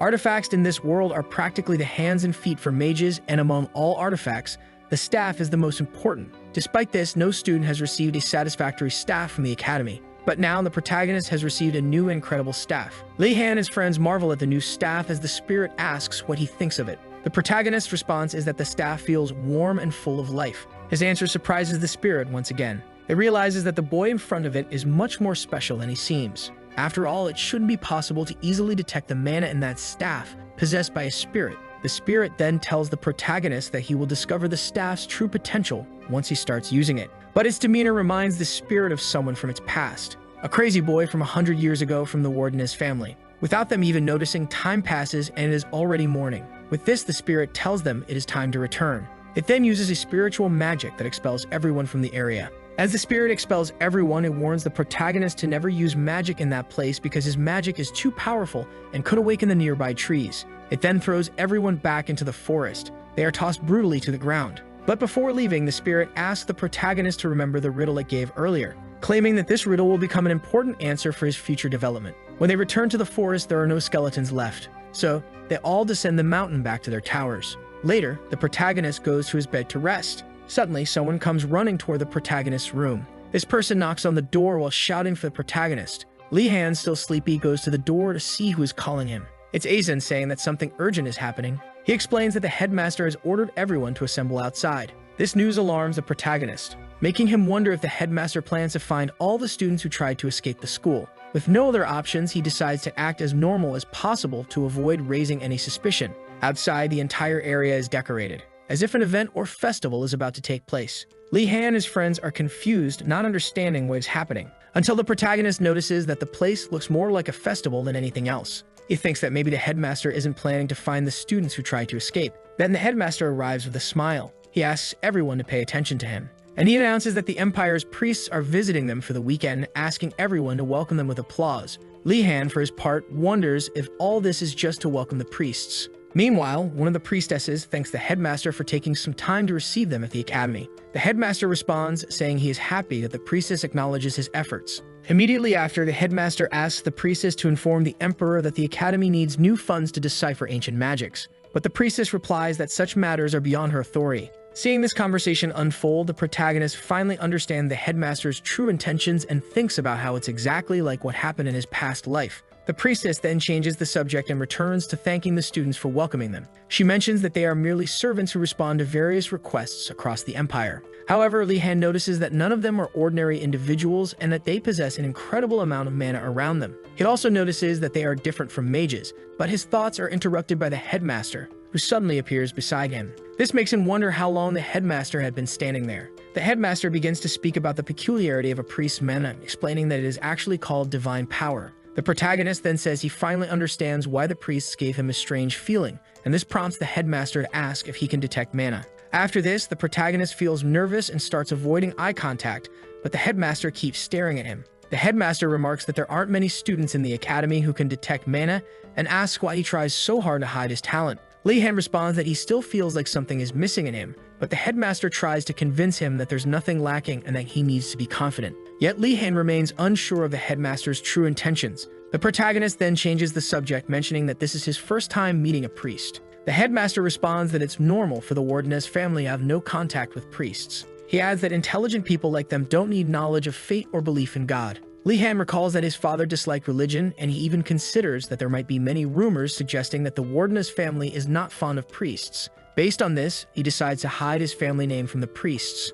Meanwhile, the headmaster mocks the priests for coming from so far just to fulfill the requests of students who get excited about food. Meanwhile, Li Han is eyeing the food on the tables. Shortly after, he calls for the headmaster. He then asks the headmaster for suggestions on what requests he should make to the priests. Hearing this, the headmaster scolds the protagonist for not paying attention. But then he reconsiders what Li Han just said. He asks the protagonist if he intends to make multiple requests to the priests. Without saying anything, Li Han just smiles at the headmaster. This makes the headmaster think about how impressive the boy in front of him is. In his mind, the headmaster believes that Li Han plans to use this opportunity to join multiple groups and take everything he can from them. Once again, the headmaster is impressed by his capabilities, admitting to himself that he likes the protagonist a lot. He then decides to answer the question Li Han asked earlier. His first recommendation is a group that values self-sacrifice called the Precious Order. The second recommendation is the group called the Kala's Order, which focuses on worshipping a god that loves chaos and change. Finally, the third recommendation is the group that worships the goddess of swords and swordsmen called the Capolio Order, a perfect group for eccentric people like the protagonist, according to the headmaster. Li Han then notices that the headmaster is keeping a close watch on him and realizes how this could be bad for him. After that, the headmaster says he is leaving and the protagonist thanks him for the recommendations. But before leaving, he mentions that he's going to meet the students he left in the punishment room. By the time Li Han realizes what the headmaster said, it's already too late. The headmaster begins casting a spell, and then he disappears right in front of him. This makes the protagonist wonder if the headmaster was referring to the White Tiger students. He continues pondering this until someone calls out to him from behind. It's Yoner, who is there, wanting to know what Li Han is doing. Li Han replies that he's interested in visiting the Precious Order. He also mentions that he's curious about visiting the Capolio Order and the Kala's Order, but Yoner doesn't react well to this. He then asks what is in the basket Yoner is carrying. Yoner pulls out a sandwich and hands it to the protagonist. When asked where she got the food, she replies that she received it from the order that worships the god of alchemy, since they recognized her because her family had donated a large sum of money to them in the past. Your words make the protagonist surprised by the information that one can sponsor in order to gain benefits. He then laments for not having the same luck of having a family that donates to religious orders. Right after, he says goodbye to Yoner, while lamenting not being able to get things as easily as Yoner. We then see two priests talking alone, until Li Han arrives and catches their attention. He then says he is looking for the teachings of Lord Prisinga. This makes the two priests enthusiastic about his visit. Even the other students nearby couldn't understand why the protagonist was there. One of the priests asks the protagonist to follow him. Next, the priest calls a girl to assist him. But when she arrives, the protagonist notices that her appearance is different from what he is used to. She has a pair of horns on her head, demonic eyes, and dark skin. The girl expressed herself in a passive and timid manner in front of him. It is then that he realizes that the girl is a half-blood demon, a hybrid between a demon and a human, who, very commonly, are excluded and isolated because of their appearance. Because of this, they end up becoming passive and shy people. Then the priest tells us that her name is Dijinling and that she is a new student at the Phoenix Tower. He also says that he didn't imagine there could be another believer besides Dijinling in the academy. Li Han then tries to convince the priest that his faith in Lord Prisinga is very strong, so they could gain benefits within an order. But for that, it's necessary to do something for them in order to get something in return. And even though that place doesn't look like much from the outside, inside there are better things than one could imagine, like various artifacts that the protagonist can detect containing mana. He even wonders if the order is the one making the artifacts, and that's why there are so many artifacts there. However, the priest brings someone to meet the protagonist. As they walk, the entire ground shakes with every step they take, leaving the protagonist confused as to where all the tremors are coming from. Even footprints are left on the ground by her steps. She then introduces herself as Medrid. Li Han greets her while wondering how she left marks on the ground as she walked. She notices the protagonist's confusion and explains that it's the artifact she's equipped with that's causing the tremors. She adds that the artifact is cursed, and because of that, the user's weight is increased several times. This makes Li Han even more confused, and he asks why she uses something like that. Medrid's response is that everything she does is out of love for her Lord Prisinga, leaving the protagonist even more confused by her actions. However, she explains that since her lord is someone who takes on all the pains of the world, his followers must share that pain too. After that, the protagonist begins to regret the choice he made, but Medrid says she will understand if he doesn't want to follow the same path. Li Han then thinks about leaving, but it's then that Medrid tells him she planned to give him an artifact if he accepted joining the order, and she even says that it would be a special artifact that serves to absorb the user's mana. Hearing this, the protagonist begins to show interest. After all, his biggest problem at the moment is his infinite amount of mana. He then goes back to the priest and starts asking what the other effects of the artifact would be, because for him, there must be some benefit in an artifact besides its curse. Medrid is surprised by Li Han's willingness and decides to tell him the artifact's effect. In an artifact, the level of its effect is equivalent to its level of curse. An example is the priestess's artifact, which increases her weight and, as a benefit, increases her divine power. She then tells him that the artifact's effect is to have an invisibility spell on it, but she emphasizes that it's not worth the effect for such a problematic curse. She even says she understands if he doesn't want it, but the protagonist interrupts her. He then says he is willing to make the sacrifice. Medrid is delighted by the young student's willingness in front of her.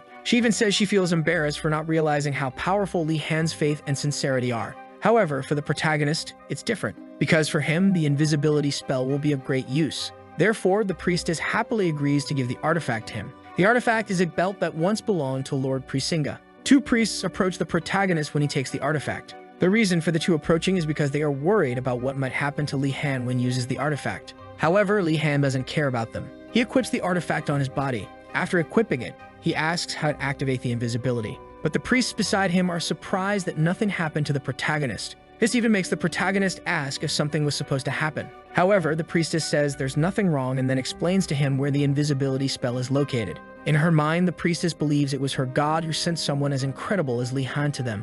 Meanwhile, the protagonist takes the spell that was written in an envelope inside the box. Then he begins to recite the spell to activate the artifact's invisibility magic. He then disappears right in front of everyone. Even he was surprised that the spell worked. The spell not only made him invisible, but also made him completely disappear. Next, the protagonist uses the spell to return to normal, but he notices that he isn't feeling the curse affecting him. As a solution, he asks the priestess for more curse artifacts. And once again, she gets emotional with Li Han's actions. However, she asks the protagonist not to overexert himself. But Li Han doesn't accept her advice and insists on wanting more. With that, the two engage in a discussion that lasts much longer than it should have. Time passes, and now the protagonist is sitting while thinking about his artifact. He laments not having obtained more cursed artifacts, but he is very happy for having found a great way to escape the academy. It is then shown that while the protagonist was daydreaming, the priestess was explaining about the beginning of the Presinga order. She finishes the lesson and Li Han thanks her for the teachings. In summary, the lesson served to show that anything is possible as long as one is willing to use a cursed item in exchange.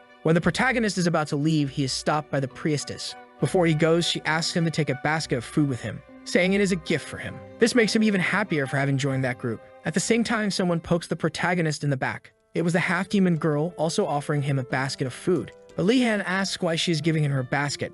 She then says she doesn't need it, as she is a great devotee of Lord Presinga. After that, she walks away without saying another word, leaving the protagonist thoughtful about the members of the Phoenix Tower and how they are entirely different from the other three towers. Suddenly, the priestess asks the protagonist for a favor. Her request is for Li Han to take care of Dajiling and help her be less harsh on herself. But Li Han responds that he doesn't know how he could do that while being in another dormitory. So the priestess hands him another basket, finally convincing him to help the girl. The two then say their goodbyes. And now the protagonist walks alongside Dajiling, asking her how she would like to be called. Right after, he asks what things are like inside the Phoenix Tower. Dajiling responds that everyone just prays all day, but that many choose to pray in different places in the academy until dawn. Upon hearing this, Li Han also asks if it's okay for them to stay outside the dormitories until dawn. Dajiling responds that the members of the Phoenix Tower have permission to do these things. Li Han then realizes that the students of the Phoenix Tower don't have to follow some rules, and with that, he sees an opportunity to do more things in the academy without getting caught.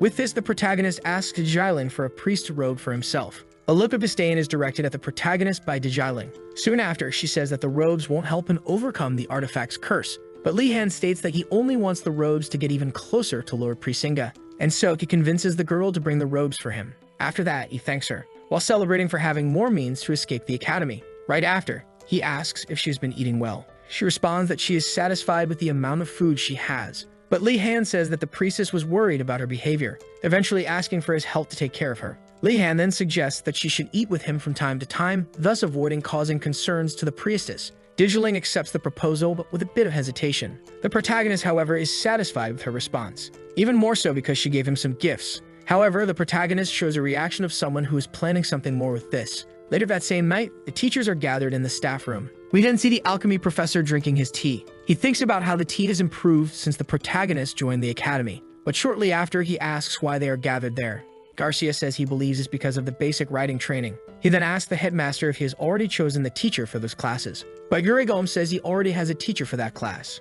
Garcia then responds that the teacher disappeared after going to search for a unicorn. However, the headmaster tells them not to worry, because he had already arranged a replacement. This news even surprises some of the teachers, and they are also impressed by how quickly the headmaster found a replacement. Thus, they praise the headmaster for his work. Immediately, Gregom asks who the teacher is and if he is skilled enough to teach such an important subject. The headmaster then tells him not to worry, because the teacher will be someone called Zdider. Garcia celebrates and states that she will be a good teacher. Engeldel agrees and talks about her being a famous adventurer known for her explorations in the Empire. However, Gregom slams the table. He then shouts, wanting to know why she is the teacher. He is not at all pleased that she was chosen to be the teacher, because in fact she is his aunt, in addition to being the person who constantly bothers him about family matters. But the headmaster responds that he only wants the best at his academy and doesn't care who they are outside of the academy. He then concludes the teachers' meeting. Later, The next morning, a mysterious person is speaking with a little bird. This is the new teacher, who has just arrived. Shortly after, the students gather near the academy's forest,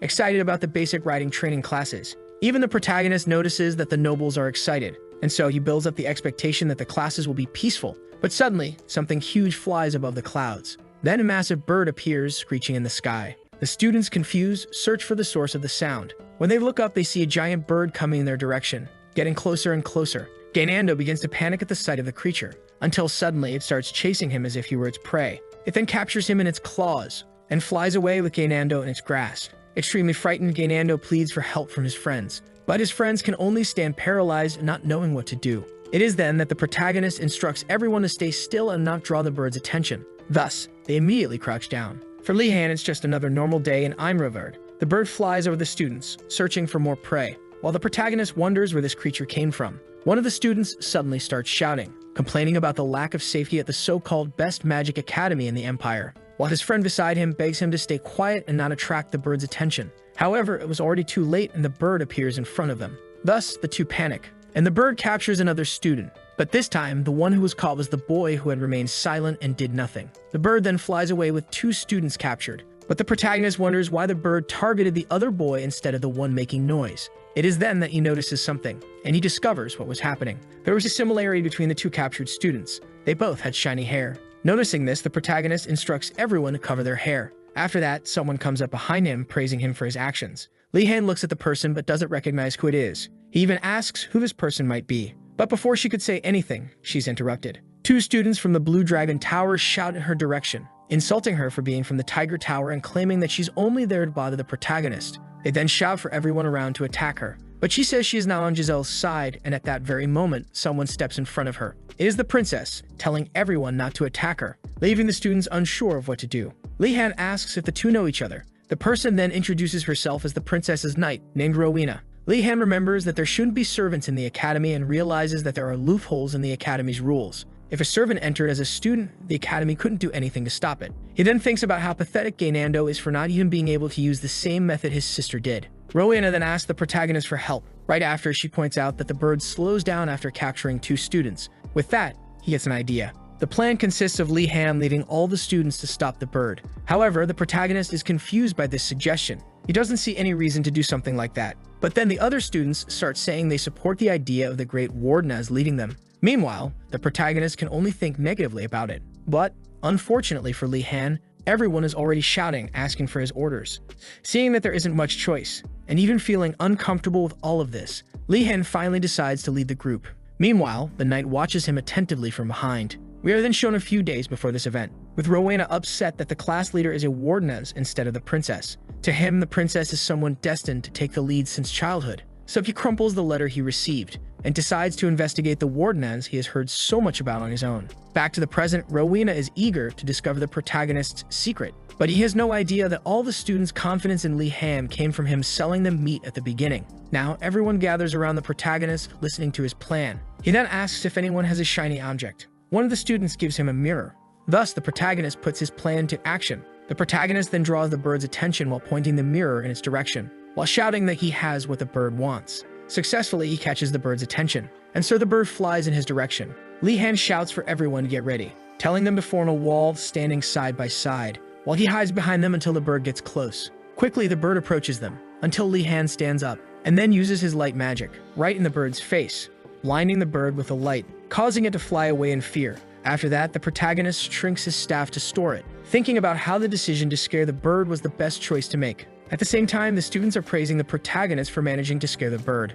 Everyone recognizes the protagonist as someone incredible and capable. Li-Han even feels embarrassed and tries to change the subject by asking about the two students who were captured. Immediately, screams are heard coming from the sky. It was Gainando falling from the sky along with the other captured student. After falling from the sky, the two faint. Meanwhile, the bird is perched on a tree with a strange figure beside it. The person comforts the creature, which was terrified after the protagonist scared it. She then jumps down from the tree she was on, and lands on the ground calmly. Then she greets all the students. At first, the students are confused by the unfamiliar person, but Li-Han realizes that the whole situation was planned by this person. He even notices similarities between her and his teacher Yurigom. However, he quickly dismisses it, thinking it would be too much of a coincidence. Meanwhile, the person approaches the protagonist until she gets very close. She then puts her hand on his shoulder and says she sees great potential in him. Memories of his first encounter with Yurigome come to his mind, creating an uncomfortable and unpleasant feeling of deja vu. Simultaneously, the students gather around, wondering if she might be their new teacher. Li-Han then asks her if there is any relation between her and Professor Yurigome. Immediately, the woman says she is Yurigome's aunt, but the protagonist decides not to present himself as being close to Yurigome to avoid drawing the attention of yet another teacher. However, the other students have no clue and begin to praise Li-Han, talking about how he is very close to Yurigome. Li-Han tries to deflect, but the students don't stop praising him. At that moment, the new teacher shows interest in the protagonist, making him realize there was no other choice, and now he has no option but to make a good impression. At the same time, the teacher starts clapping to catch the students' attention. She then introduces herself as Zeta of the Lightning Steps. She also mentions that she is replacing a teacher who disappeared after searching for unicorns. Immediately, the students recognize her as the famous adventurer with many titles and achievements throughout the Empire. Meanwhile, the protagonist can only think about how the students aren't concerned about the disappearance of the other teacher. Zeta asks if anyone can guess why she brought the Thunderbird to the class. That bird is very special and feared for its aggressiveness and lightning controlling abilities. This leaves Gainando even more scared, thinking about the danger he faced. Then one of the students asks if their goal for the semester would be to ride that bird. But Zeta laughs and says that none of them would have the ability to ride an animal like that. She then points to the protagonist and asks him what he thinks the lesson will be. Li-Han responds saying that she brought the bird only to observe how the students deal with a dangerous monster. One student even says that this can't be true as they are not in the survival against monsters class. But to the student's surprise, the protagonist's answer is correct. Zigar says it is necessary for everyone to know how to handle dangers they might encounter during their journeys, but that riding lessons will still be the main focus of the classes. She then tells everyone to head to the stables and asks the protagonist to lead the group. Afterward, she tells the protagonist that he will be her right-hand assistant in the lessons from now on. Now at the Academy's stables, the teacher talks about horseback riding and how it is the basic skill needed to ride more advanced creatures. However, the students are quite bored listening to the basic explanations, since it is common for nobles to learn horseback riding. Suddenly, Li-Han notices that Zeta is watching him, while wearing an incredibly happy expression on her face. This ends up making the protagonist extremely frightened. He then warns Yoner to be careful about what's coming. That expression from the teacher made him think that something bad is about to happen. Perhaps this lesson won't be as simple as riding a horse. Then everyone enters the magnificent stable of the academy. The students are amazed by the horses inside. Zeta asks if everyone wants to ride the horses, and they immediately respond with excitement. She then pulls a jar of sticks from her bag and tells everyone to take one so that the order of choosing the horses can be decided. Thus, a draw is held to determine who will go first. Gainando is chosen to go first. Two students become envious while Gainando mocks them. Shortly after, Gainando goes to choose his horse, until he finally picks one. His choice is a strong and large horse, which looks more like a violent beast. Even his friends are puzzled as to why he chose the most intimidating horse in the stable. Gainando then explains that a mount must be big and strong for him, but the horse delivers a blow to Gainando. A blow so strong that it throws him backward, even knocking him to the ground while he spits blood. Yoner asks if he's okay, but he can't even respond. After that, one of the students mocks him, saying it served him right for choosing an aggressive horse. The student then chooses his own horse, stating that a horse should be gentle to be chosen. But the horse begins to smile, and then it starts furiously biting the student's head. The student even asks for help, but the Tiger Tower student next to him mocks him. But at that moment, his horse also starts attacking him. It is then that the students finally realize that these horses are not friendly. Seeing this, the protagonist wonders what is going on. The horses begin to become restless, showing themselves to be extremely aggressive, thus scaring the students inside the stable. Loud laughter is heard amidst all of this. It was Zeta laughing at the students' predicament. She then tells them what their first task will be. They must all first become friends with the horses. Her words displease everyone, but she says the horses will become friendly when the students treat them with affection and care. Therefore, the main objective for everyone will be to become friends with their horses. Li-Han notices that the horses are not ordinary, and thus it may not be an easy task. While he considers choosing the horse that looks the easiest, the teacher approaches him and asks him to follow her. With not many options, he agrees to follow her. She then leads him to one of the stable's stalls. When they arrive, he is amazed by what he finds: a beautiful and majestic silver horse. Zigar says she doesn't want to give such a prestigious student a common horse like the others. This makes some students praise and envy him for having such a good opportunity. But Zeta says things aren't as they think. According to her, the horse is the most aggressive, despite being the most beautiful, and that it may even be easier to tame a monster than that horse. Li-Han then asks if there is a reward for taming it, but his words are completely ignored by her. Meanwhile, at Yurigome's cabin, he is opening his door for an unexpected visitor. To his dismay, his aunt had come to visit him. With a smile on her face, she complains about her nephew not greeting her with a hello, but Urigulm doesn't feel comfortable at all with the situation. She then enters the house without even being invited. Immediately, Urigulm glares at the protagonist. Li-Han explains that he was practically forced to bring her there. Inside the house, Zidar starts making various complaints about Urigulm's home. She even complains about him not having found someone to live with, but he desperately tries to change the subject, saying the protagonist is hungry. With no other options, Li-Han just accepts it and says he is hungry to the teacher. And so she shifts her focus. She then proposes to cook an Easter delicacy for the protagonist. Urigulm even tries to say that he doesn't like the food, but quickly regrets it. Shortly after, Urigulm is complaining about his worst fear becoming a reality. He changes the subject to ask the protagonist what he has been doing in recent days, but suddenly, something on the protagonist's clothing catches his attention. A mysterious object is sticking out from his chest. Then Li-Han grabs the item on his chest. It's the staff that the forest spirit had given him. Urigulm is impressed, saying he feels spiritual magic emanating from the staff. He then asks where the protagonist obtained the staff. Now Li-Han has to explain everything that happened that day. Li-Han explains that a series of coincidences happened that day. Immediately, the two teachers realize that he was trying to escape the academy on that day. Urigulm then asks if the forest spirit gave him a riddle and how the protagonist figured out the answer. After all, that spirit is quite famous within the school, and is known for being both irritating and cunning. Upon hearing this, Li-Han asks Urigulm if it's possible that the staff has some hidden power. Urigulm's previous words made him suspicious that there might be a hidden power he is unaware of. With this, he begins to imagine having incredible powers within the staff. Meanwhile, the teacher finishes cooking and serves the protagonist. Shortly after, she confirms the question he asked earlier. This makes him even more excited, only to immediately say that the staff is good for farming. Li-Han's expectations are shattered at that moment. Urigulm even adds that since it comes from nature spirits, the staff is excellent for work related to nature, and that it's perfect for him as he wants to start a garden. Zidar becomes curious about Li-Han wanting to start a plantation. Shortly after, she offers to help him with his garden. She then asks him to come to her after he finishes eating. Time passes, and we move outside the cabin. The two are in front of Urigulm's garden, with Zidar helping the protagonist start his plantation. The two talk more about gardening. A very pleasant atmosphere surrounds the protagonist, and so he continues planting, until Zidar calls him over, and suddenly the plant he had just planted begins to glow. Something mysterious happened to that plant without the protagonist knowing. Later, in the Dragon Tower, the nobles are complaining about the hunger they are experiencing, until a glowing figure appears before them. It's Li-Han arriving with a basket in his hand, a basket full of delicious food. The nobles get excited to see that once again the Great Wardeness has brought food to the dormitory. Then we are shown that before this, the teacher prepared a basket full of food for the protagonist. Now the nobles are sucking up to the protagonist, wanting food from him. Just like baby birds waiting for food from their mother, Li-Han then responds to them all. He says he will prepare soup for everyone. So he starts preparing the meal for the nobles, while the nobles watch him cook. Yona is also in the background, observing the protagonist. She even compares him to an alchemist at work. He continues to prepare his soup until he is satisfied with the taste. He then tells everyone to bring their bowls to eat, and so everyone happily eats the soup prepared by the protagonist. But suddenly, one of the students calls out to him. This boy wants a favor from Li-Han. Shortly after, the protagonist is in the hallway knocking on one of the doors. It is the princess's room.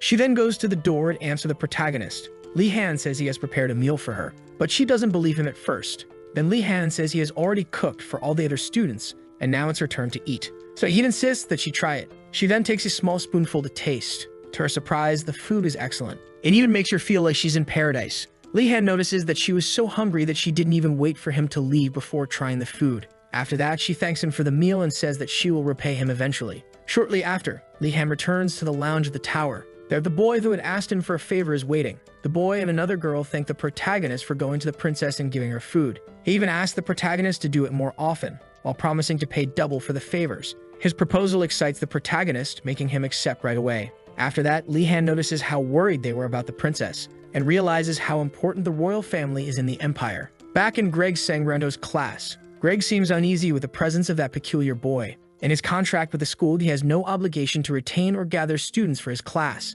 But Li-Han is too special. With an infinite amount of mana, he cannot afford to miss the opportunity to keep such a great talent under his control. Greg then decides to break the silence between them, asking if Li-Han has any questions for him. So Li-Han asks what the purpose of the training he's doing is. Greg, in the most abrasive manner possible, responds to the protagonist by asking if he hadn't read the lesson's instructions. This ends up irritating Li-Han because of his teacher's rudeness. He rephrases his question, asking how the training he's doing is related to battle training. Greg remains silent for a few seconds, unsettling the protagonist, until he decides to give an answer. However, he says he still needs time to explain a question with such an obvious answer. Then he decides to give an example so his soul student can understand. Greg starts to exude a sinister aura, saying he could kill the protagonist with just the pen in his hand.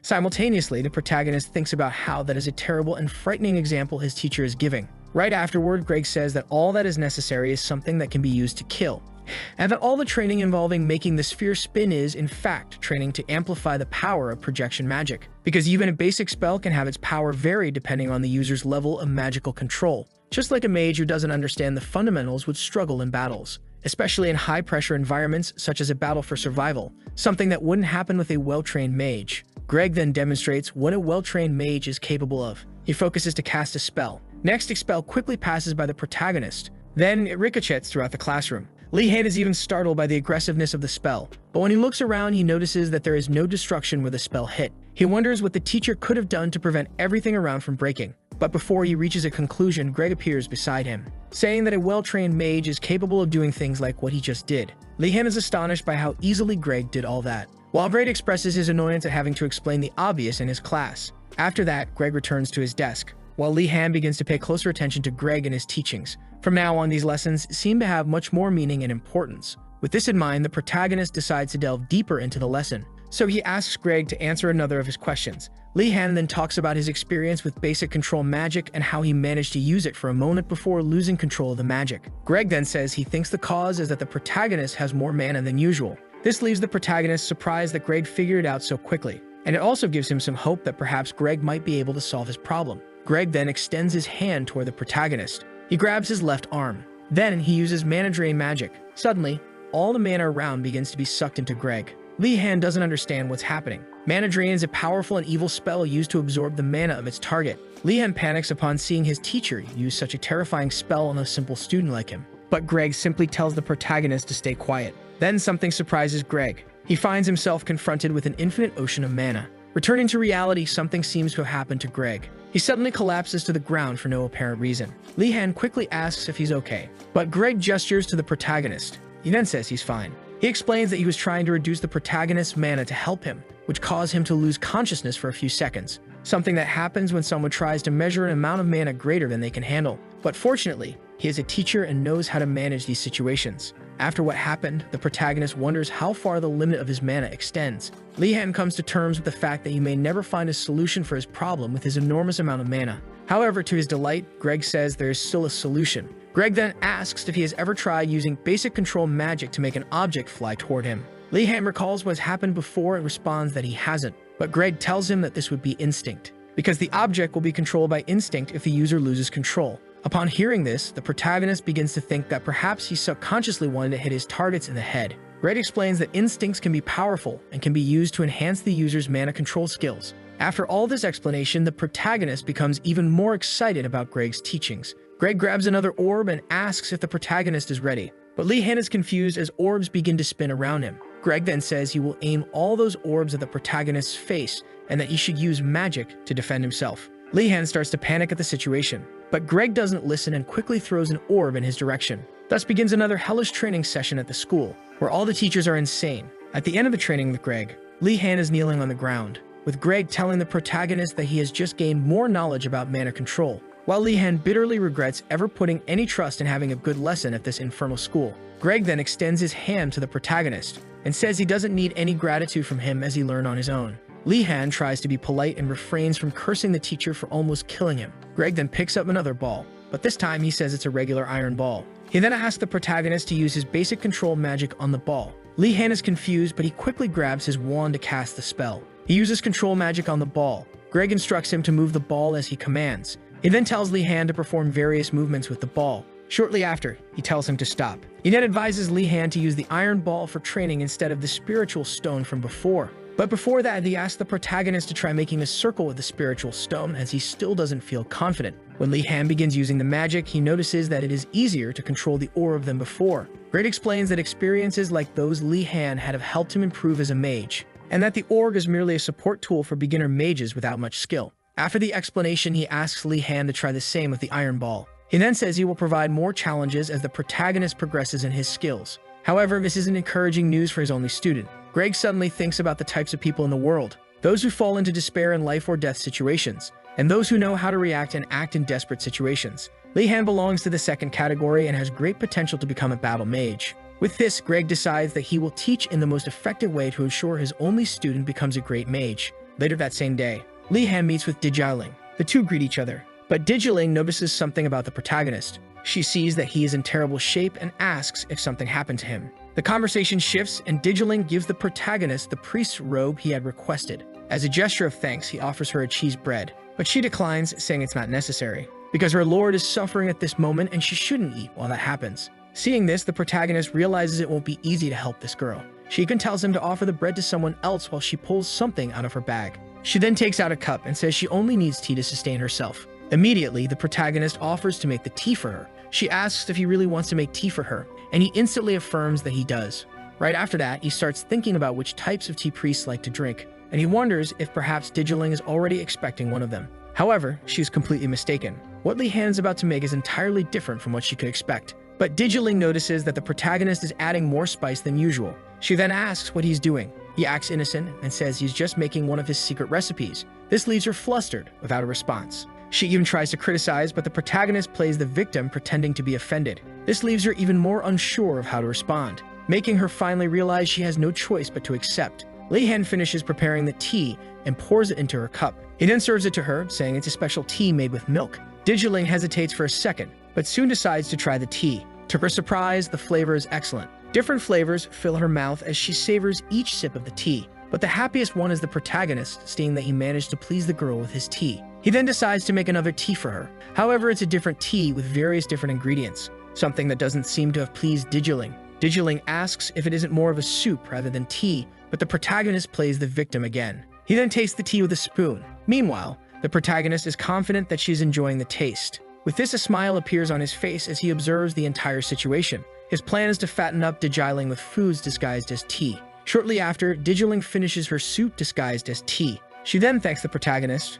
Right after, he places his hand on her shoulder. He then asks her to come every day at the same time, almost as if he's threatening her. Digiling thanks him once again, and then the two say their goodbyes. Later, in the Dragon Tower, the students return to their dormitory to rest, while the protagonist watches them in hiding. He waits for everyone to return to their dorms so he can act, since at that time there wouldn't be anyone around the grounds, and dressed in the robes of the Phoenix Tower priests. He now has complete freedom to walk around the academy while conducting his investigations. He sets off on his investigations, carrying tools to protect himself against traps. Walking through the first floor where he had passed on his first day at the academy, he recalls the admission ceremony and realizes that it's the first time he's been there since that day. After that, he heads to places he hasn't seen before, until suddenly, he spots someone alone in one of the rooms. At first, he considers it might be a teacher, but upon looking closely, he recognizes who it is. It's one of the students from the Turtle Tower. Li-Han notices that the student emits no presence as he walks. Then he realizes that the student is someone trained and uses his feet to make no noise. Immediately, he remembers that beastmen of the rat type are commonly associated with thieves in the Empire.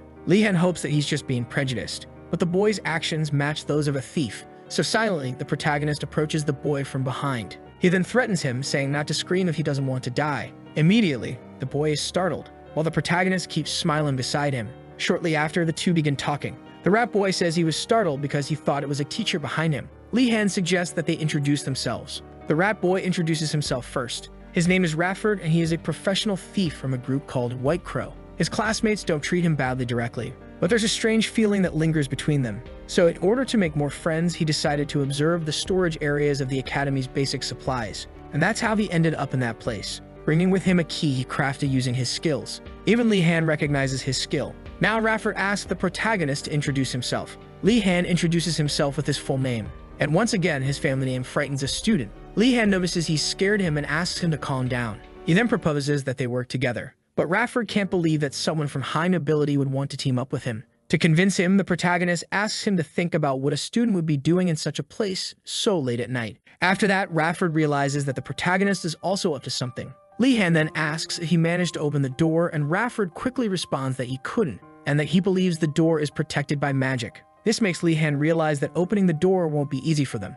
However, he notices something different about the door. He sees a strange symbol on it. He then asks Rafford to step aside. He takes out a key with the same symbol that was on the door. He inserts it into the lock. Surprisingly, the door opens with that key. Even Rafford can't believe it worked. He then asks where Li-Han got that key, and the protagonist replies that he stole it from the headmaster's desk. On the day, he and Asen had to complete the headmaster's task. Li-Han had found those keys along with the headmaster's message. Meanwhile, Radford is astonished at how bold the protagonist is. Li-Han, on the other hand, starts feeling apprehensive about the possible traps they might encounter inside the room. So the two open the door to enter. When they open it, they realize it leads to the academy's underground. Before they go in, Radford notices something. He then asks the protagonist to wait while he investigates what's happening. He says he's hearing voices from people right below them. The protagonist is only slightly surprised, because he discovers that the academy's supplies come through the underground. Because of this, no one knew where the academy's supplies and equipment came from. This makes him even more excited to explore that place.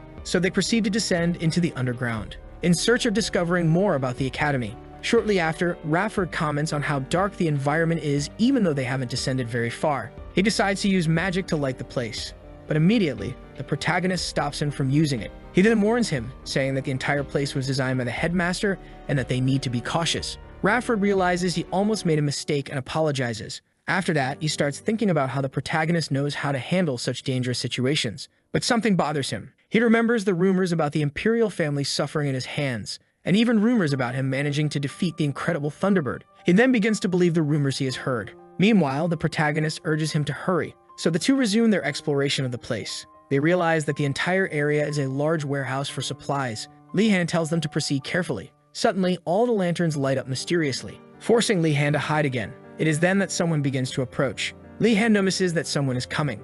A hooded figure enters the area, checking the supplies inside the warehouse, while the protagonist and Radford observe. Li-Han tells Radford to stay quiet, but suddenly the figure appears behind them, asking who he is. Immediately, the protagonist is shocked, but he quickly calms down and tries to think of a way to escape. However, upon looking at the person in front of him, he notices that the person's face is completely bandaged. With this, he suspects it's someone who lost their sight and now has heightened senses. But even so, they made no sound to be detected, nor could they have been found by scent in a place filled with products and foods with various odors. Thus, the protagonist becomes even more confused, wondering how they were found. From the perspective of the mysterious figure, we see that he perceives things differently from normal. What he sees is the mana of the beings around him, and when he looks at the protagonist, he also sees a vast, endless ocean, which nearly causes him to collapse just like what happened with Greg. After that, he assumes that the enormous amount of mana must belong to the headmaster and apologizes for his behavior. He then says he will return to his work. Even Li-Han can't believe what just happened.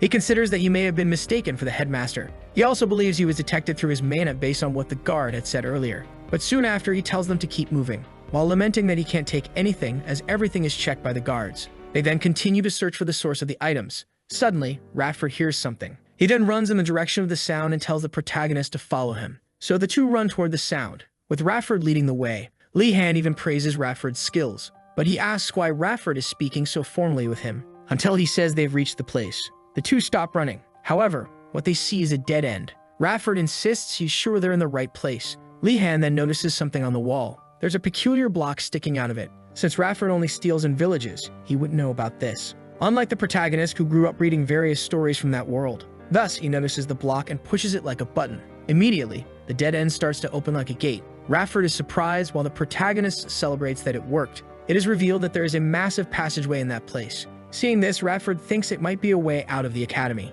He then wonders if the protagonist already knew about all this. Li-Han gives a slight smile. He then celebrates finally finding the academy's exit. He recalls the struggle he went through to find a way out. Feeling emotional about everything, he tells Radford to get out of the academy with him. At the end of the tunnel, they see carriages. Workers are loading materials and supplies. In Einrömvar, there are rules that all workers must follow. They must never speak about what they see inside the academy and must never question orders. Therefore, they will never say anything if they see students in that passage. Li-Han and Radford even wonder why the workers show no interest in them. But this only makes the protagonist feel even more relieved knowing he doesn't have to worry about being reported. Li-Han then approaches one of the workers to ask a question. He asks if he could ride the carriage to leave, and the worker says yes, even telling him to hop on. Thus, the two leave the academy inside the workers' carriages. Li-Han is delighted that everything is going smoothly, but Radford annoys him with his idolization. After that, the protagonist notices that the journey is very quiet with no one saying anything. He believes this is due to the obligations and rules the workers must follow. After all, Einrömvar is the symbol of mages within the Empire.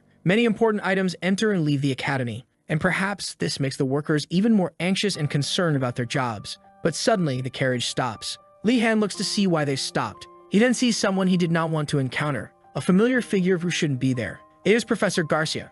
She is there talking with the workers. He concludes that she isn't there because of him. Meanwhile, Rafford starts to panic at the professor's presence. However, the protagonist calms him down, saying they haven't been noticed yet. He then tells them both to just observe the situation. His thoughts turn to the professor, trying to figure out why she's there. Simultaneously, Garcia is opening a box she received from the workers. The reason she's there is that the headmaster asked her to inspect the artifacts being transported out of the academy. But her biggest problem is something else. The workers are terrified of her presence, even though she tries to smile at them. Suddenly, something catches the attention of one of the workers. He draws his sword and warns everyone to prepare for battle. Garcia thinks they intend to fight her, but the worker says he heard the sound of the Vanguard alarm. It's an emergency situation. Meanwhile, elsewhere, workers confront two hooded figures and ask for their identities. The two claim to be passing merchants, but the worker doesn't believe them. He then says he knows they are hiding weapons behind their backs. Thus, their disguises are exposed. The two reveal themselves as thieves while praising the workers' skills. Everyone draws their weapons for battle.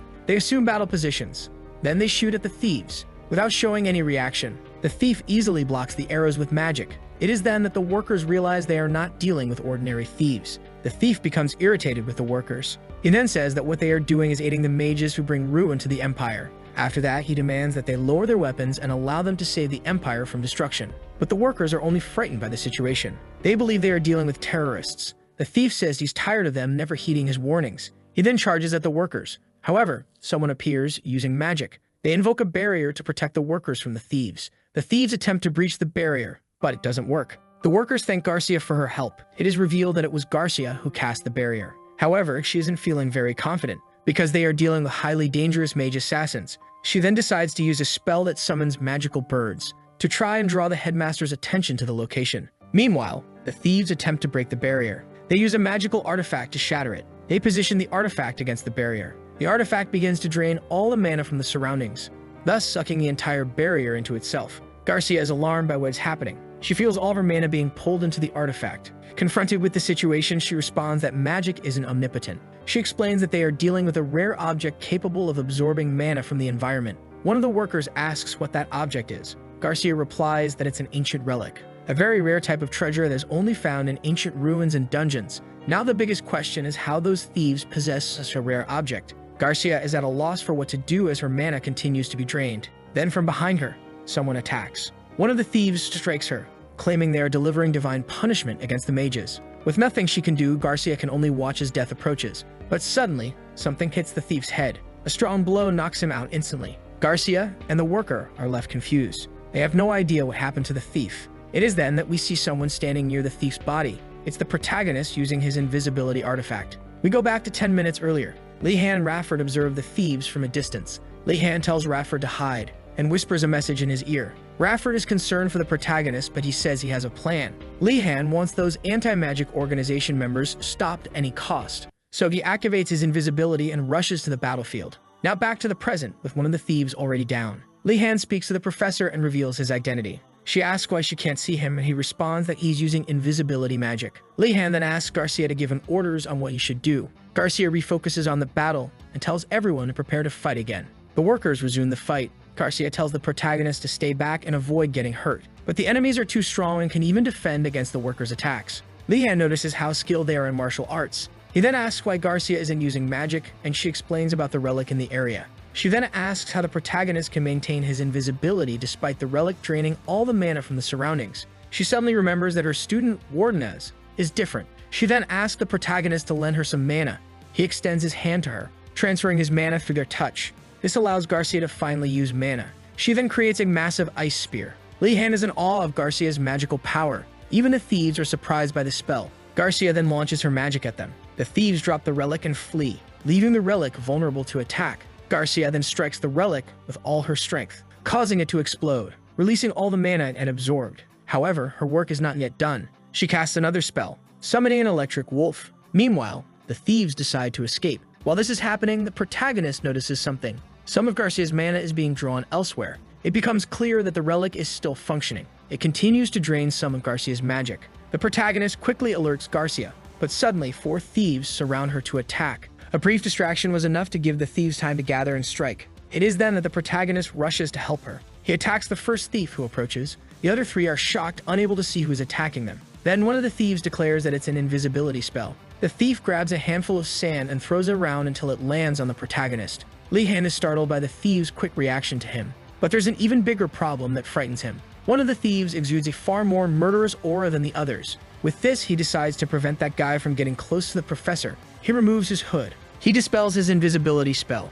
The thieves are surprised that everything that happened was caused by a student. They then threaten, saying they will teach the protagonist a lesson. But the protagonist simply starts running in the opposite direction. He says he's not foolish enough to face trained thieves and heads toward the relic. The thieves give chase, but he quickly activates his invisibility spell again. The leader of the thieves says he'll handle the protagonist alone and instructs the others to go fight the professor. As Li Han observes, still running toward the relic, he pulls out an iron ball from inside his clothes. He then uses his magic to move objects and begins attacking the thieves who were following him. The thieves start to feel fear, realizing that the boy they thought was weak is no easy opponent. As a result, they decide to stop underestimating the protagonist. However, on the other hand, the protagonist shows signs of exhaustion from constantly using his control magic. Yet he cannot afford to lose focus in this fight. He starts overthinking what he should do, which ends up causing him mental strain. Drops of blood begin to fall to the ground, as his nose bleeds uncontrollably. At this moment, the protagonist faces a serious problem, but due to his situation, he still needs to keep running. He wonders if the bleeding is from a lack of mana, but he concludes that isn't the case as his magic is still working. He then considers that he may have overexerted his mind. However, because of the situation, he cannot stop. After all, the relic has been reactivated. He resumes attacking the thieves with the iron balls. He sends an iron ball toward each of the thieves chasing him. But when the ball is about to hit the leader of the thieves, he splits the iron ball in half with ease. After that, he smells blood in the air. He instructs all the thieves to follow the scent of blood. And so the thieves begin to close in on the protagonist. With few options left, Li Han decides to grab the sword from one of the fallen thieves on the ground. He then charges at the thieves. He slashes one of the nearby thieves. The leader notices that the protagonist has switched to using a sword instead of his staff. He quickly orders one of the thieves to spread a glowing powder around the relic.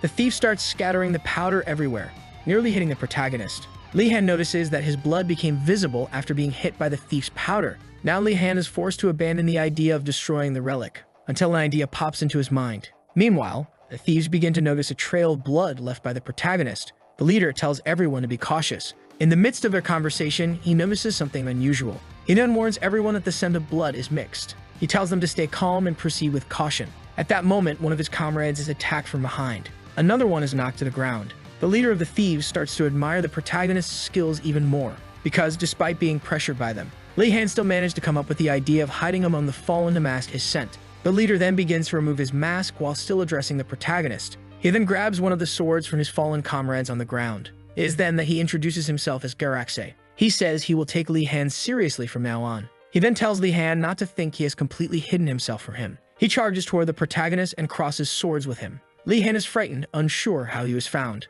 The leader of the thieves then says that the protagonist breathes too loudly. He adds that there's no way he can escape him now. He then prepares to end the confrontation, and so he invokes his magic. A series of magical blades appear around him. Immediately, the blades rush toward the protagonist, but fortunately, he dodges the attack. He continues to move backward, because the attacks are relentless. Each strike is extremely powerful. Li Han begins to assess the enemy's abilities, and how he's being pressured even while invisible. However, the enemy doesn't let up. He enchants his blade to strike with full force against the protagonist. With extreme difficulty, Li Han tries to defend himself, but the attack is too much even for him. He is knocked to the ground. An overwhelming terror takes hold of him. His enemy is already at the level of using aura in his attacks. The leader of the thieves says he can hear the protagonist's fear as he breathes. He then points his sword at Li Han's neck, and finishes by saying he's curious to see what expression he's making at that moment. But Li Han is determined not to die like this. He remembers Arlong's teachings about aura. He recalls Arlong telling him that a swordsman needs to be well-trained to use aura. So the protagonist grips his sword. An incredible aura begins to emanate from his body. When he strikes at his enemy, a tremendous force throws the thief backward. Even the thief can't believe what he's seeing. There stands the protagonist ready for battle. With his immense mana, he had decided to pour all his mana into his sword to fight. The thief is violently pushed away. The impact is so strong that it makes him cough up blood. He is paralyzed, unable to comprehend how that attack had such a powerful effect on him. Li Han then dispels his invisibility, while the thief also gets back up, determined not to lose to a student. Now his murderous intent intensifies. Meanwhile, the protagonist suddenly starts to sweat. His body becomes paralyzed, unable to move. He realizes he's suffering the side effects of having forced too much mana into his last attack. But he also notices that his enemy is not in much better condition. The thief charges to attack, leaping toward the protagonist with his sword in hand. He attacks, ready to kill. But Li Han cannot move his body, not even to dodge. Suddenly, the thief begins to bleed mid-attack. He then falls clumsily to the ground. Li-Han still expects an attack, but seeing the enemy lying on the ground bleeding from his mouth, he finally realizes he is safe. Li-Han wonders if it was his previous attack that made him fall, but he quickly collapses to the ground, relieved to have survived the assault. Then his concern turns to his professor. At that moment, Garcia runs toward him, shouting his name. Garcia asks if he's okay. While he thinks about how she survived all those thieves surrounding her, he looks around at all the defeated enemies on the ground, and he realizes he never needed to worry about her. Perhaps everything could have been resolved by her alone. Garcia tells the protagonist to relax, because the major reinforcements have finally arrived. So the video ends here. If you don't want to miss the next part, activate the notification bell, and see you next time on Tob's channel.